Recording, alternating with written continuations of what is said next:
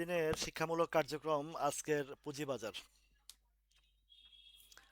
অত্যন্ত আহ, সতর্কতার সাথে প্রতিদিনই আলোচনা করি, অত্যন্ত সতর্কতার সাথে আপনাদেরকে আহ, বাজার সম্পর্কে ধারণা দেওয়ার চেষ্টা করি। ওয়ালাইকুম আসসালাম, ইমামুল হক ভাই, আহ, লাবিব বিন ফয়সাল, শরীফ আহমেদ।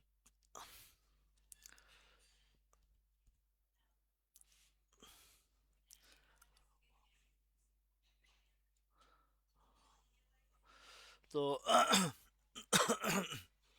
তো যেই আলোচনাগুলো জুনায়েদ ভাই, ইনশাল্লাহ অচিরে হয়তো জুনায়েদ ভাইয়ের সাথে দেখা হইতে পারে। কেমন আছেন জুনায়েদ ভাই? তো বাজার সম্পর্কে, ইন্ডেক্স সম্পর্কে আজকে যে আলোচনাটা করেছি, সেই আলোচনার পরিপ্রেক্ষিতে দেখেছেন যে বাজারের আজকেও খুব হাড্ডাহাড্ডি লড়াই হয়েছে। মনির ভাইয়ের সাথে আজকেও গতকালকের বাজিতে আজকে ওয়ালাইকুম আসসালাম, সাইফ ইকবাল ভাই। তো মনির ভাইয়ের সাথে বাজিতে প্রকারান্তে জিতে গেছি কেন? লাস্ট মোমেন্টে গ্রিন সিগন্যাল দেখেছিলাম। ওয়ালাইকুম সালাম, রবিউল আলম পারভেজ ভাই, হাবুল মৃদা ভাই, কেমন আছেন আপনারা সবাই? তো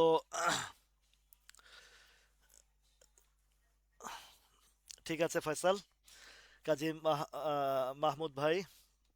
তো আমি মনির ভাইরে বললাম যে অন্তত গ্রিন সিগন্যালটা দেখাইছি। আনোয়ার ভাই, ওয়ালাইকুম আসসালাম। তো আনোয়ার, একদম লাস্ট মোমেন্টে গ্রিন সিগন্যাল হয়েছে, তো অ্যাডজাস্টমেন্টে গিয়ে 6.23 মাইনাস হয়েছে এখানে। জানেন যে একটু আতঙ্কের মধ্যে থাকি সবাই আমরা, ক্ষুদ্র বিনিয়োগকারীরা, সেল প্রেশারটা চলে আসে। আবার অ্যাডজাস্টমেন্টটাই হচ্ছে মেইন বিষয়। যদি অ্যাডজাস্টমেন্টের বিষয়টা না থাকতো আসলে আজকে গ্রিন থাকতো। প্রতিদিনই যখন শেষ বেলায় ইয়ে থাকে, ওয়ালাইকুম আসসালাম তাজুল খান ভাই, জেডে খান ভাই। তো গ্রিন সিগন্যালটা শেষে দেখাইছে। ওয়ালাইকুম আসসালাম, শান্ত সুমন, মনসুর সরকার।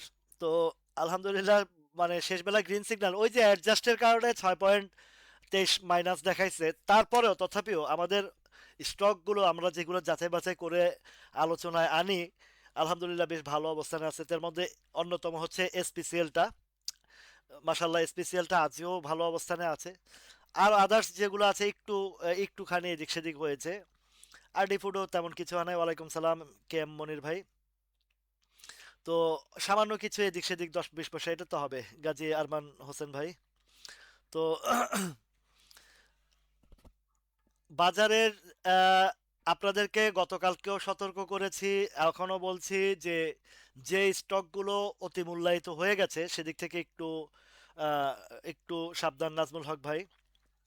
তো সাবধান থাকা। আজকের ক্যান্ডেল, আজকে তিনটা ক্যান্ডেল, গত আহ, মঙ্গল বুধ বৃহস্পতি তিনোটা ক্যান্ডেলের মানে অবস্থান অনেকটা ভালো। অনেকটা ভালো কিরকম? যে এইখানে যে জিনিসটা হচ্ছে, এইখানে যে জিনিসটা হচ্ছে সেটা হচ্ছে একটা ভালো অবস্থান। তো প্রত্যেকটা ক্যান্ডেলের নিচে শ্যাডো আছে, এই নিচে শ্যাডো থাকাটা আমাদের জন্য একটু পজিটিভ অবস্থান। আবার এইদিকে যে জায়গাটা বলেছে যে 5,070 থেকে 5,170, এই ঘরটা, মামুন শুভ ভাই, অজয় বাউল দাদা। তো এখন এই জায়গাটা কিন্তু বেশ একটা বেগ পেতে হচ্ছে তাকে পার করার জন্য। বিপ্লব বিশ্বাস। তো এইখানে মোটামুটি একটু চেষ্টা করছে এখানে পার করার জন্য, কারণ এখানে একটু সেল প্রেশার আসে। আসলে জানেন যে কিছুটা রাজনৈতিক অস্থিরতা, সামনে ইলেকশন, বিভিন্ন বিষয়ে আহ, আমাদের বাজারটা ইনক্লুডেড জায়গা। তো সাইদুর রহমান ভাই, আলোচনা আসবো ইনশাল্লাহ সবগুলোই। রুহুল আমিন ভাই চলে আসছেন। তো আমাদের আলহামদুলিল্লাহ যে জায়গাটার এখনো পর্যন্ত দেখেন এইখানেও আহ, বাজারের যেই সিস্টেম, বাজারের বা গ্রাফের যে হিসাবটা, ওয়ালাইকুম আসসালাম, বাজারের যে হিস্ট্রিটা, সেটা কিন্তু অলমোস্ট ঠিক আছে এখন। অনেক বিনিয়োগকারীরা, মোহাম্মদ মাসুদ করিম ভাই, অনেক বিনিয়োগকারীরা যারা বড় বড় পোর্টফোলিও হোল্ডার, যারা বিগ ইনভেস্টর, যারা তারা কিছুটা সাইডওয়েজে আছে একটু। তারা বাজারটাকে একটু দেখার চেষ্টা করছে, বোঝার চেষ্টা করছে এবং রাজনৈতিক পরিস্থিতি অবজারভেশন করছে। লিখন ভাই, তো সব কিছু বিবেচনা করে তারা একটু সাইডলাইনে আছে, যার কারণে বিনিয়োগটা একটু তারা এই মুহূর্তে হয়তোবা ইলেকশনের পরে গিয়ে তারা গুছিয়ে গাছিয়ে ইয়ে করবে। তাহমিনা আপু, তাহমিনা আপু, আপনার শারীরিক অবস্থা কি? আপনারা জানেন যে আমাদের তাহমিনা আপা কিছুদিন অসুস্থ ছিলেন, আপনাদের কাছে দোয়া প্রার্থী ছিলাম। তো আল্লাহর রহমতে কিছুটা ইমপ্রুভমেন্ট হয়েছে। ওয়ালাইকুম আসসালাম। তো উনি হসপিটালও হসপিটাল হসপিটালাইজ ছিলেন, এখন সম্ভবত বাসায় চলে আসছেন। আজ একটু ব্যস্ততার কারণে আসলে ফোনও দিতে পারিনি, যোগাযোগ করতে পারিনি। ইনশাল্লাহ লাইভের পরে তামিন আপার সাথে কথা বলবো ইনশাল্লাহ। সবাই দোয়া করবেন তামিন আপার জন্য, যেন দ্রুত আরো দ্রুত সুস্থ হয়ে ওঠেন। আমরা সবাই কামনা করি যেন উনি সুস্থ থাকেন। তো সেই জায়গাতে এখন কিছুটা সাইডওয়েজ বাজারটাকে একটু চিন্তা ভাবনা করে অবজার্ভ করে আপনাদেরকে বিনিয়োগটা করতে হবে। তো তো সেই জায়গা থেকে আপনাদেরকে ইন্স্যুরেন্স সেক্টর থেকে বলছি, যেই ইন্স্যুরেন্সগুলো ওভার ভ্যালু হয়ে গেছে এবং উপরে গিয়ে ওভার ভলিউম দেখাচ্ছে। মুজিবুল হক ভাই, ওয়ালাইকুম আসসালাম। ফারুক ভাই চলে আসছেন, গোল্ডেন বয় চলে আসছে। তো সেই জায়গাতে আমরা খুব ভালোভাবে অবজারভেশন করে চিন্তা, প্রয়োজনে আপনারা ক্যাশ কিছু, ফান্ড কিছু ফ্রি রাখেন, ওভার গ্রিডি হবেন না। এই এই জিনিসটা আপনাদেরকে বলছি। আর মানে টাকা থাকলে যে কিনতে হবে এই জিনিসটা থেকে একটু বিরত থাকুন। আপনারা একটু ফান্ড হাতে রাখেন। ফান্ড থাকলে স্টক, এখানে 400 স্টক আছে, না কোনো না কোনো স্টক আপনাদেরকে কেনার সুযোগ দিবে। সুতরাং কিছু ফান্ড আপনারা একটু হাতে রাখেন। আমি চেষ্টা করব এবারের বাজারে উত্থান পতনের যে বিষয়টা আছে এটা যেন একটু সতর্কভাবে আপনারা থাকতে পারেন, সেই জায়গা থেকে আমি এবার কাজ করব। কেননা এর আগের বার আমি অত্যন্ত আহ, সাবধানতার সাথে এই সেপ্টেম্বর মাসের এই 8-9 তারিখের দিকে আপনাদেরকে অনেকটা সাবধানতা অবলম্বন করেছি। আপনারা দেখবেন যে সেপ্টেম্বর মাসের 10 তারিখে আমার একটা ভিডিও আছে। সেপ্টেম্বর মাসের 10 তারিখে আমি বলেছিলাম যে ভাই, এখন 1475 কোটি টাকা লেনদেন হয়েছে, তারপরে ধীরে ধীরে কমতে কমতে সেটা 700-তে গিয়ে ঠেকছে। তখন কিন্তু আমি এই বিষয়টা সবার কাছে তুলে ধরেছি যে আপনারা একটু সাবধানতা অবলম্বন করবেন। মেহেদী হাসান ইয়ামিন ভাই, ভালো আছে আলহামদুলিল্লাহ। মোমেন ভাই, ওয়ালাইকুম আসসালাম। তো তখনও আপনাদেরকে আমি সতর্কতা অবলম্বন করছি। এইবার একটু বেশিভাবেই চেষ্টা করব যেন আপনারা একটু সেফ থাকেন, কারণ আপনাদের পুঁজিটা হচ্ছে এই বাজারের সবচেয়ে বড় শক্তি। ওই যে আমি বলি না যে ছোট ছোট বালুকণা বিন্দু বিন্দু জল গড়ে তোলে মহাদেশ সাগর অতল। তো সেই জন্য ছোট ছোট বালুকণা মানে কি, আমাদের সম্মিলিত যে পুঁজিটা, এই পুঁজিটা কিন্তু অবশ্যই অবশ্যই আমাদের এই বাজারের একটা বড় ধরনের ভূমিকা রাখে। তো এইখানে এমন একটা জায়গা, এখানে কে কাকে ইয়ে করবে, কে কার এটা তো, এখানে তো টাকার কোনো বৃদ্ধি এখানে জন্ম হয় না। এটা আপনার কোডের টাকা আমার কোডে আসে, আমার কোডের টাকা আরেকজনের কোডে যায়, এইভাবে কিন্তু টাকাটা রুলিং হয়। এটা বুঝতে হবে আপনাদেরকে। তো এখানে আপনি যদি আহ, না বুঝেন বা না বুঝে হুট করে একটা নিউজের ভিত্তিতে বা কারো প্রলোভনে বা কারো কথায় কোনো স্টক কিনে বসেন এবং পরবর্তীতে সেটাতে ধরা খেয়ে যান বা মার্কেট না বুঝে, তাহলে কিন্তু আপনারা আহ, ওয়ালাইকুম আসসালাম ইমরান ভাই। তো আপনাদেরকে একটু বুঝে শুনে কাজ করতে হবে, একটু বুঝে শুনে কাজ করতে হবে। কিছু ফান্ডটা আপনারা ফ্রি করে রাখেন, হাতে রাখেন। বাজার যদি দেখেন বেড়ে গেছে, যাক সমস্যা নাই। স্টক মার্কেটের মধ্যে 400 কোম্পানি আছে, 400-র মধ্যে কোনো না কোনো কোম্পানি আপনাকে দিয়ে যাবে, পয়সা দিয়ে যাবে বা কেনার সুযোগ দিবে, ভালো সুযোগ দিয়ে যাবে, এগুলো আপনারা পাবেন। কিন্তু আপনার ফান্ড যদি একবার আটকে পড়ে যায়, তখন আপনাকে হয় স্টপ লস দিতে হবে, না হয় ওইটা গলায় ঝুলতে হবে, তারপর না হয় আপনি এইটা নিয়ে পেন ভোগ করতে হবে। দেখেন গতকালকে লাইফ ইন্স্যুরেন্সের বাড়তি অবস্থা দেখে আপনারা অনেকেই কিন্তু আহ, অনেকেই কিন্তু একটা মানে অতি উৎসাহিত হয়ে গেছেন যে লাইফ সেক্টর ধরে ফেলেছে, লাইফ সেক্টর। কিন্তু আমি কালকেও বলেছি, গতকালকে একজনেও আমাকে বলছে যে ভাই আপনি বলছেন লাইভ এই মুহূর্তে খেলবে না, আরো পরে। কিন্তু আসলেই কিন্তু লাইভ ওই যে আপনারা একদিনের বাড়তি দেখে যেই মানে ভিতরেগত ভাবে বাজারকে না বুঝে যে চিন্তা ভাবনা করতেছেন যে লাইভ হঠাৎ করে বেড়ে গেল, উনি বলছে আরো পরে, মানে আমি বলছি আরো পরে। হ্যাঁ আরো পরে, এখন যেটা হচ্ছে, কালকেও এটা বিশ্লেষণ করে বলেছি যে এখন বাজারটা ঘুরবে।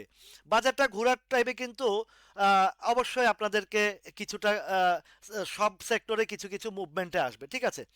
তো ইন্স্যুরেন্স সেক্টরের যেমন আইসিআইসিএল দেখেন একটা বাউন্স ব্যাক করেছে, আমি গতকালকে বলেছি আইসিআইসিএলটা আরেকটা বার বাউন্স ব্যাক করবে। তো যদি আপনার করে প্রফিট থাকে আপনি কেন নিবেন না, সেটার প্রশ্নটা আমার উত্তর দেন। দেখেন আজকে কোথায় আসছিল এটা, 23 টাকা 70 পয়সা পর্যন্ত আজকে ডাউন হয়েছে, 60 পয়সা পর্যন্ত ডাউন হয়েছে। 23 টাকা 60 থেকে 24 টাকা 70 উঠছে, তার মানে 1 টাকা উপরে গেছে। তো আপনার ম্যাচিউর যখন আছে, আপনার প্রফিট যখন আছে, আপনি তো অবশ্যই এটা সেল দিবেন। এটা কাউকে জিজ্ঞাসা করার তো কোনো প্রশ্ন না, আমার কোডে লাভ আছে, আমার কোডে প্রফিট আছে, আমি তো সেল দিবই, আমার টাকাটা নিতে হবে। তো এখন যদি আরেকজনের অপেক্ষায় বসে থাকেন সেল দিব কি দেবেন, বিজনেস করছেন আপনি, আপনাকে শিখিয়ে দেওয়া হচ্ছে, বুঝিয়ে দেওয়া হচ্ছে। এখন আপনি প্রফিট নেবেন কি না নেবেন সেটা তো আপনার উপরে ডিপেন্ড করে।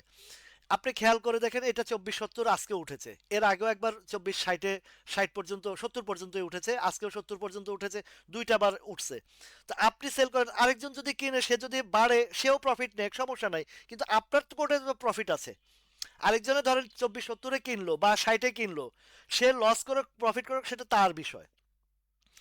আপনারা খেয়াল করে দেখেন আজকের দিনে গত 2 দিন আগে মানে মঙ্গলবারে 669 কোটি টাকা লেনদেন হয়েছে, গতকালকে 605 কোটি টাকা লেনদেন হয়েছে, আজকে হয়েছে 569, তার মানে 2 দিনে 100 কোটি টাকা হাওয়া, 2 দিনে 100 কোটি টাকা হাওয়া।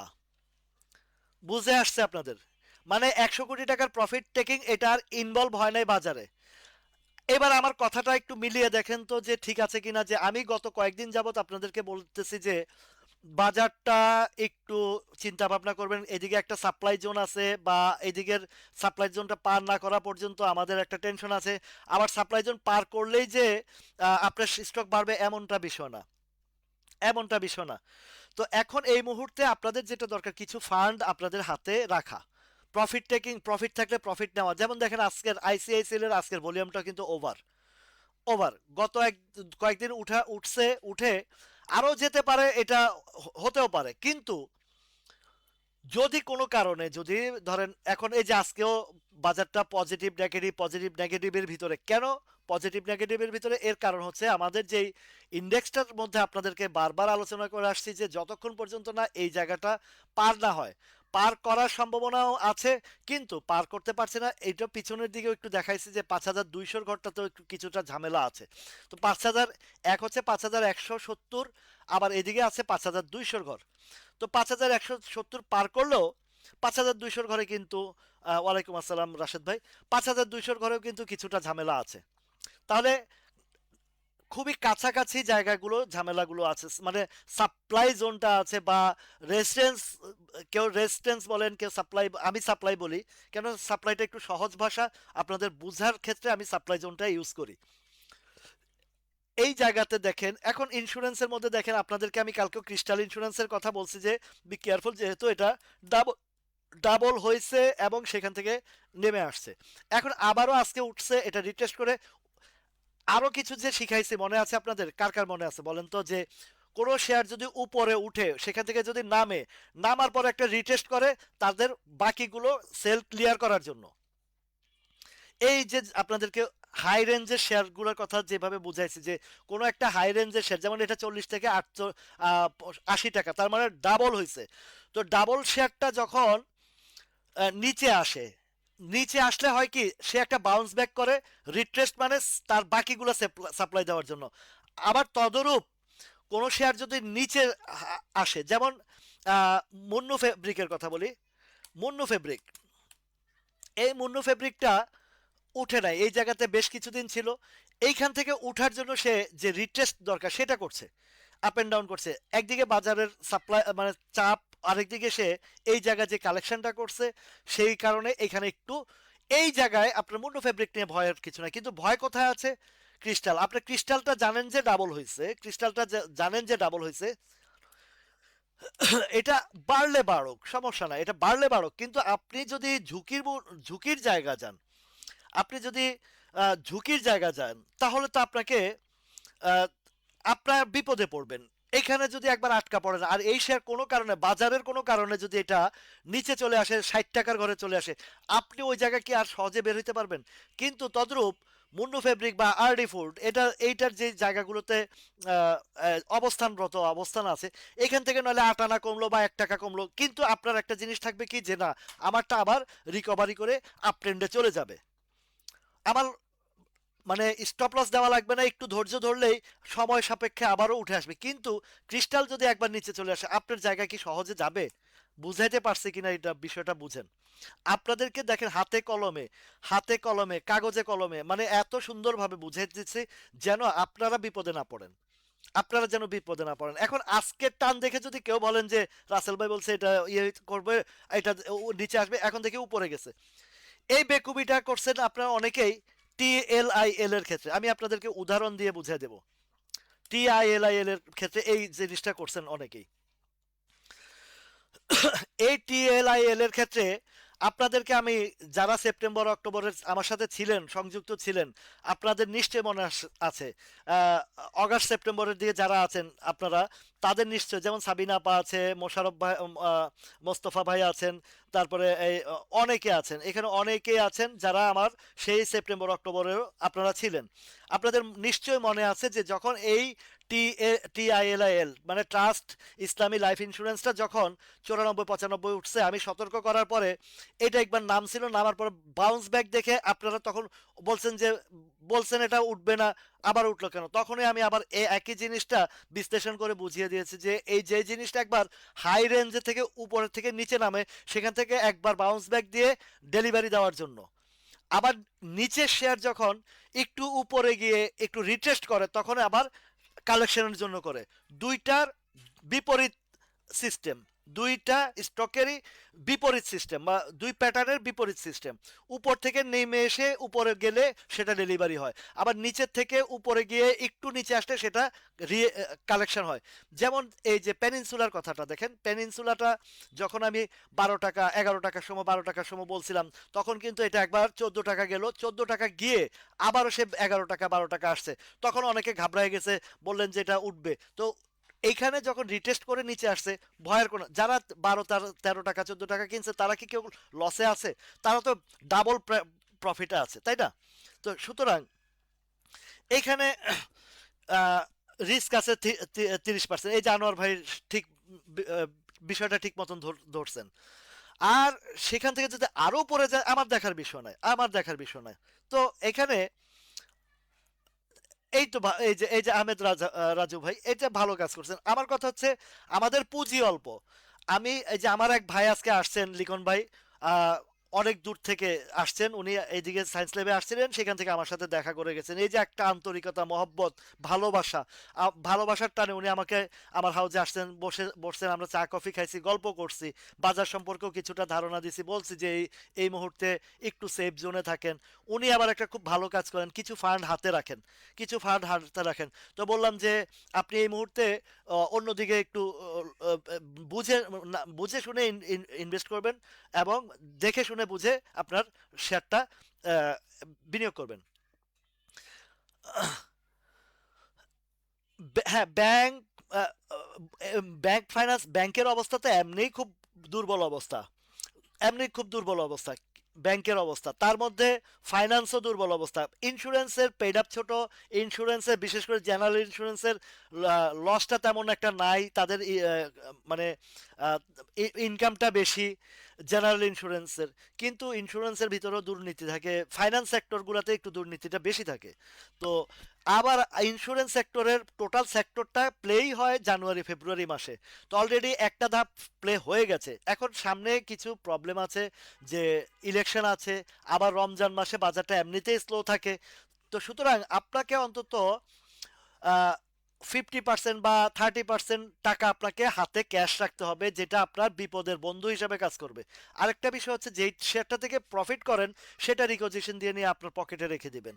কখনোই আপনি লাভের টাকা বিনিয়োগ করবেন না। হ্যাঁ, যদি মোটা অঙ্কের লাভের জমা হয়, সেই জমাটা কখন করবেন? একদম বাজারের দুর্দিন সময়। আমাদের ক্ষুদ্র বিনিয়োগকারীদের একটা অভ্যাস হচ্ছে যে যখন বাজার পতন হয় তখন লসে, মানে একদম তলা নিতে আসলে লসে বিক্রি করে। আবার যখন বাজারটা ইউটার্ন নিয়ে উপরে যায় তখন অতি উৎসাহিত হয়ে উচ্চ মূল্যে শেয়ার কিনেন। এই জায়গা থেকে আপনাদেরকে বেরিয়ে আসতে হবে।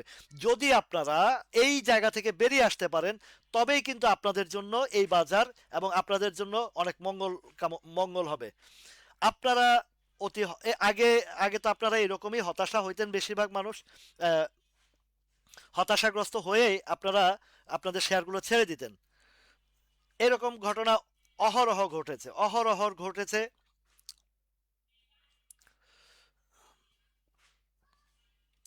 তো একটু নেটে প্রবলেম করছে। এই যে আসছে। তো এরকম ঘটনা অহরহ আপনাদের ঘটেছে। কথাগুলো খুব গুরুত্বপূর্ণ সহকারে শুনেন, গুরুত্বপূর্ণ সহকারে বোঝার চেষ্টা করুন যেন আপনারা বিপদে না পড়েন। কারণ আপনাদের পুঁজিটা যদি একবার আটকা পড়ে যায়, এই অল্প পুঁজি আটকা পড়ে গেলে আপনারা আর বের হইতে পারবেন না। বের হইতে পারবেন না, কারণ এই যে সামনের যে একটা ক্রুশিয়াল টাইম, ইলেকশনের টাইম, তারপরে এই বিভিন্ন টাইম আছে, এগুলো আপনাদেরকে বিবেচনায় আনতে হবে। পাওয়ার গ্রিডটা অলরেডি সেল গেছে। POWER পাওয়ার গ্রিডটা অলরেডি আমার এক ব্রাদারের কাছে ছিলেন, উনি আমাকে বললো যে কি করবো, তো আমি বললাম যে 30 টাকা 30 পয়সা বসায় রাখেন। 30 টাকা 50 পয়সা বসায় রাখবেন, চলে যাবে। আজকে উনি 30 টাকা 30 30 টাকা 30 পয়সার কথাই বলেছিলাম, বসায় রাখেন, চলে যাবে। অলরেডি সেল হয়ে গেছে ওনারটা। এখন পাওয়ার গ্রিডের যেই জায়গা থেকে আমি ওনাকে প্যাটার্নটা ধরিয়ে প্রাইসটা বলেছি, সেই জায়গা 10 পয়সা আহ, নিচে আমি বলছি 30-50 পর্যন্ত উঠতে পারে। আপনি 10-20 পয়সা কমায় দেন, দেখবেন চলে যাবে। ঠিক 30-50-এ উঠছে এবং সকালের টানে ওনার শেয়ারটা চলে গেছে, সেফলি এক্সিট নিয়ে নিয়েছে। এখন যে অবস্থান বা যে পজিশন আছে, আগামীকালকে এটার উপরে ধরে রাখতে পারবে না, এটা নিচে চলে আসবে। এখন বাজার খারাপ হলে আহ, কিছু কিছু স্টক আপনাদেরকে বাজার খারাপের মধ্যে, যেমন পেনিনসুলাটা বাজার খারাপের মধ্যে দিয়েছে কেন? তার ইন্ডিভিজুয়াল কিছু বিষয়বস্তু ছিল। সেই 11 টাকা থেকে আপনাদেরকে বারবার বলে আসছি যে এটার সেকেন্ড পেনিনসুলা চালু হবে, তার ডিভিডেন্ড আসবে, ডিভিডেন্ড দিবে, জেড থেকে বিতে আসবে, সব কিছুই তো আমার মিলে গেছে, কোনোটা তো আর কোনো প্রবলেম হয় নাই। এখন এই মুহূর্তে আপনাদের বিশেষ করে আমি আবারও বলছি যে ইন্স্যুরেন্স সেক্টরের, যেমন আপনি প্যারামাউন্টের কথা বলছেন এক ভাইয়ে। প্যারামাউন্ট ইন্স্যুরেন্সটা দেখা যাক কি হয়। দেখেন কত সুন্দরভাবে, এটাও ওই দিন আলোচনা করছি যে এই দেখেন যে জায়গায় সাপ্লাই জোনটা দেখাই আলোচনাটা করেছিলাম যে এই জায়গায় গেলে এই 56-57 টাকা তো কত উঠছিল, দেখেন তো আপনারা উঠছে কি না। সেই জায়গায় 57-80 টাকা উঠছে। তাহলে এইখানে তো আপনাদের অবশ্যই আহ, সতর্ক থাকতে হবে। এই যে আশরাফ ভাই চলে আসছে, আশরাফ হক ভাইরে আমি গতকালকে মেজারমেন্ট করে 30-50-এর কথা বলে দিচ্ছি, পাওয়ার গ্রিডটার কথা, যে ঠিক সকাল 10টার সময় পাওয়ার গ্রিডটা 30 টাকা 50 পয়সা সেল বসাবেন। দেখেন বসাইছে, সুন্দরভাবে চলে গেছে। যদি 1 মিনিট এই দিক সেদিক করতো ওনার শেয়ারটা আর যেত না ওই রেটে। ওই রেটে ওনার শেয়ারটা আর যেত না। এর আগেও আমি কয়েক ভাইরে আমি এরকম, যেমন একটা এক্সাম্পল, আমি এটা লাইভে আলোচনা করছি, শাহজাহান ভাই আছেন কিনা, রংপুরের শাহজাহান ভাই, উনি একটা কলেজের প্রিন্সিপাল। তো ওনাকে আমি ক্যাপিটেকের কথা, উনি আমার আগের দিন আহ, উনি আমার সাথে বিজনেসে আসবে বলেও কমিটমেন্ট করেছেন, অ্যাকাউন্টও খুলে গেছেন, আমাকে একবেলা খাওয়াইও গেছেন উনি। তো ওনার নির্বুদ্ধিতার কারণে, ওনার ভুলের কারণে উনি শেয়ারটা এই দিন কোন দিন, অক্টোবরের 23 তারিখে, ওনাকে আমি অক্টোবরের 22 তারিখে, 21 তারিখে বা 22 তারিখে ওনাকে আমি, উনি আমাকে যখন বললেন যে ক্যাপিটেকটা কি করব, তা আমি বললাম যে ওনার কিন্তু 13 টাকায় কিনা। তো ওনাকে আমি বললাম যে আগের দিন, ঠিক আগের দিন ওনাকে একদম মেজারমেন্ট করে বলছি যে 19 টাকা 20 পয়সায় ঠিক সকাল 10টায় সেল বসাবেন। সেদিন 19 টাকা 30 পয়সায় 35 লাখ শেয়ার উইদিন 5 সেকেন্ডের ভিতরে ট্রেড হয়ে শেয়ারটা নেমে গেছে। তো উনি ওই সময় না বসিয়ে প্রায় 10-15 মিনিট পরে আমাকে ফোন দিয়ে বলে রাসেল ভাই এখন তো কমে গেছে। তা আমি বলি কমলে কি করব বলেন, আপনাকে তো আমি আগের দিন রাত্রে বলেছি যে এটা 9 টাকা 9 টাকা 9 টাকা 20 পয়সা পর্যন্ত আমার রেঞ্জের হিসাবে আপনি ওইখানে সেলটা বসান, ঠিক ঠিক 10টায় দেখবেন চলে যাবে। এই যে অ্যাডভান্স আমি বলে দিলাম যে কোথায় হিট করবে, কোন প্রাইসটাতে হিট করবে। আপনি বলেন আজকে আজ পর্যন্ত লাইভে এরকম কেউ আপনাদেরকে শিখাইছে, কেউ এরকম বলছে? কেউ বলে নাই, বলতে পারবেও না। আলহামদুলিল্লাহ আপনাদের দোয়ার বরকতে আমার এই মেজারমেন্টগুলো, আমার সাথে যারা বিজনেস করে বা মানে যারা জানে বুঝে, তারা জানে যে আমি যে শেয়ারটার যে প্রাইসটা বলি ওইখানে হিট করেই। আমি এইটা মেজারমেন্ট করছিলাম ঠিক প্রিভিয়াস হিস্ট্রির এখান থেকে, যেটা 9 টাকা 30 পয়সা দেখছি, আমি বলছি 10টা পয়সা কমায় বসাবেন চলে যাবে। ঠিক 9 টাকা 30 পয়সাই হিট করছিল শেয়ারটা। এই যে এই ক্যান্ডেলটার একদম বটম সাইডটা ধরে বলছি 9 টাকা 30 পয়সা। ঠিক একই জিনিস 9 টাকা 30 পয়সা। এর আগের একটা মজার ঘটনা আরো বলি, যেটা আমি নিজে করেছি, প্যানিনসুলার কথা বলি। এই প্যানিনসুলা যখন আমি 11-12 টাকা কিনছি, যখন আমি 17 টাকা 30 পয়সা একদিন উঠেছিল, আহ, এটা এই যে এই ক্যান্ডেলের দিন, ওই দিন আমি টার্গেট করে বসাইছি 17 টাকা 30 পয়সা। তো আমার যে কোয়ান্টিটি ছিল সেই কোয়ান্টিটি থেকে যেই কয়টা শেয়ার গেছে আমারই গেছে। আরো একটা জিনিস আপনাদেরকে বলে কেডিএস এর ব্যাপারে, কিছুদিন আগে, এটা রিসেন্টলি, বেশি দিন আগের কথা না, এই যে এই যে এই দিন 44 টাকা 90 পয়সা যে ক্যান্ডেলটা ডিসেম্বরের 3 তারিখে, সেই ডিসেম্বরের 3 তারিখে যেদিন এই শেয়ারটা আমি মেজারমেন্ট করে 44 টাকা 90 পয়সা বসাইছি, আরো নিচেও কিছু শেয়ার বসাইছি, কিন্তু ফার্স্ট ট্রেডে 44 টাকা 90 পয়সায় আমারটা চলে গেছে। সেও আমার সাথে বিজনেস করেন, ওনার কোডেই বসাইছিলাম। আমার এই হাদি, ওনার নামও শেখ, শেখ শেখ হাদি নাম ওনার, শেখ সাহেব নাম। ওনার কোডে বসাইছে, ওনারটা চলে গেছে, আরগুলো নিচের গুলো যায় নাই। পরবর্তীতে ওগুলো আর একটু কমে কমে ইয়ে করেছি। তো এই যে সিস্টেম, এই যে বাই সেলের টার্গেটটা, এটা আপনারা কখনোই পারবেন না। এগুলা অনেক মেজারমেন্ট, ইভেন অনেক অনেক টেকনিক্যাল অ্যানালাইসিস যারা করেন তারাও অনেকে এই জিনিসটা ধরতে পারেন না, যে কোন পয়েন্টে আমি 1 2 3 একটা মেজারমেন্ট করি, যেটা লোয়ার মেজারমেন্ট থাকে সেটা আমি ফলো করি। এই যে আমার আশরাফ ভাইকে আমি গতকালকে, আমাকে জানতে চাইছেন কত রেটে পাওয়ার গ্রিড বসাতে হবে, আমি বলে দিচ্ছি যে ঠিক এই 30 টাকা 50 পয়সা বসান, চলে গেছে। এখন এটা আস্তে স্লো হয়ে যাবে। রবিটাও দেখেন, রবিটা গতকালকে আমাকে শকত ভাই আমাকে বলেছিলেন রবির কথা, যে এইটা যে ভলিউমটা হচ্ছে সেখান থেকে সেল আউট হয়ে যাওয়াটাই উত্তম হবে আপাতত দৃষ্টিতে, কেননা বাজারের সাথে ম্যাচ করছে না তার এই ভলিউম প্লাস ওই এই যেই আপ ট্রেন্ডটা। তো এইটা কিন্তু বাজারের সাথে ম্যাচ করছে না। তো উনি বলার পরে উনি আজকে কিছু শেয়ার সেল করছেন। তো বলছি যদি একটু নিচে আসে বা ইয়ে হয় তাহলে আপনি সেখানে আবার বাই করতে পারেন। এই উনি আরো একটা বিষয়, ওনার ইসলামী ফাইন্যান্সটা, আমার শকত ভাইয়ের ইসলামী ইসলামী ব্যাংক, ইসলামিক ব্যাংক, এই ইসলামী ব্যাংকটার কথা বলছেন। তো আরো অন্তত সপ্তাহখানিক আগে যদি আমার সাথে আলোচনা করতেন, তাহলে আমি ওনাকে এই জায়গাটাতে সেল করাইতে পারতাম। অন্তত এই যে মেজারমেন্ট করে হয়তো 10-20 পয়সা এদিক সেদিক করে আমি ওনাকে সেল করাইতে পারতাম। কিন্তু উনি এই গতকালকে আমার সাথে যখন আলোচনা করলো যে আমার কোডে কিছু ইসলামী ব্যাংক আছে, আমি এখন কি করবো, তা আমি বললাম যে আর সপ্তাহখানিক আগে যোগাযোগ করলে তো আপনাকে আরো 3 টাকা উপরে আমি আপনাকে সেল করাইতে পারতাম, যদিও ওনার উপরে কিনা। তো এখন এই বিষয়গুলো, এই জিনিসগুলো আপনাদেরকে যেভাবে আমি হাতে কলমে বুঝিয়ে শিখিয়ে দেই এবং ধরিয়ে দেই, এখন তারপরেও যদি আপনারা এই এই জায়গাগুলোতে মিস্টেক করেন, তাহলে তো আমার কিছু করার নাই ভাই। আহ, আমার জায়গাটা শিক্ষামূলক জায়গায় এই কারণে রাখছি, আমার জায়গাটাতে শিক্ষামূলক এই কারণে রাখছি যেন আপনারা এখান থেকে শিখে এই বুঝে, সব সময় আপনাদেরকে বলি যে আপনারা স্টকের চেয়ে আমার কথাগুলো শোনার, একটু ভালো মনোযোগ সহকারে শোনার চেষ্টা করেন, কথাগুলো বোঝার চেষ্টা করেন, তাহলেই আপনারা বাজারটাকে, আপনারা এখান থেকে কিছু ব্যবসা করতে পারবেন। আর যদি শুধু আপনাদের স্টক নিয়ে আলোচনা করতে চান, আপনাদের স্টক তো আমি যেগুলো লাইভে আলোচনা করি সেগুলো তো করি, এরপরেও আরও ইন্ডিভিজুয়াল এই কমেন্ট বক্স থেকে কালেকশন করে 10টা 10টা করে আমি আপনাদেরকে দিচ্ছি, যেন ওই টাইমে আমার আলোচনা মানে শিক্ষামূলক আলোচনা থাকে না, আপনাদের স্টকগুলোর আলোচনা থাকে। ওয়ালাইকুম আসসালাম বাবু ভাই। তো এই বিষয়গুলোতে আপনাদেরকে অবশ্যই খুবই খুবই কেয়ারফুলি থাকতে হবে, কেয়ারফুলি থাকতে হবে। ইসলামিক, আচ্ছা এবার আমরা ইসলামিক ব্যাংকটা দেখলাম। এবার ইসলামী ফাইন্যান্সের কথা বলি আপনাদেরকে। এই ইসলামী ফাইন্যান্স আমি কোথায় থেকে বলছি মনে আছে? সেই 6 টাকার ঘরে, 60 টাকার ঘরে বলছি কোনো ভয় নাই, 8 টাকার ঘরে বলছি ভয় নাই, 9 টাকার ঘরে বলছি ভয় নাই। দেখেন তো 10 টাকা সর্বোচ্চ 10 টাকা 70 পয়সা পর্যন্ত উঠেছে।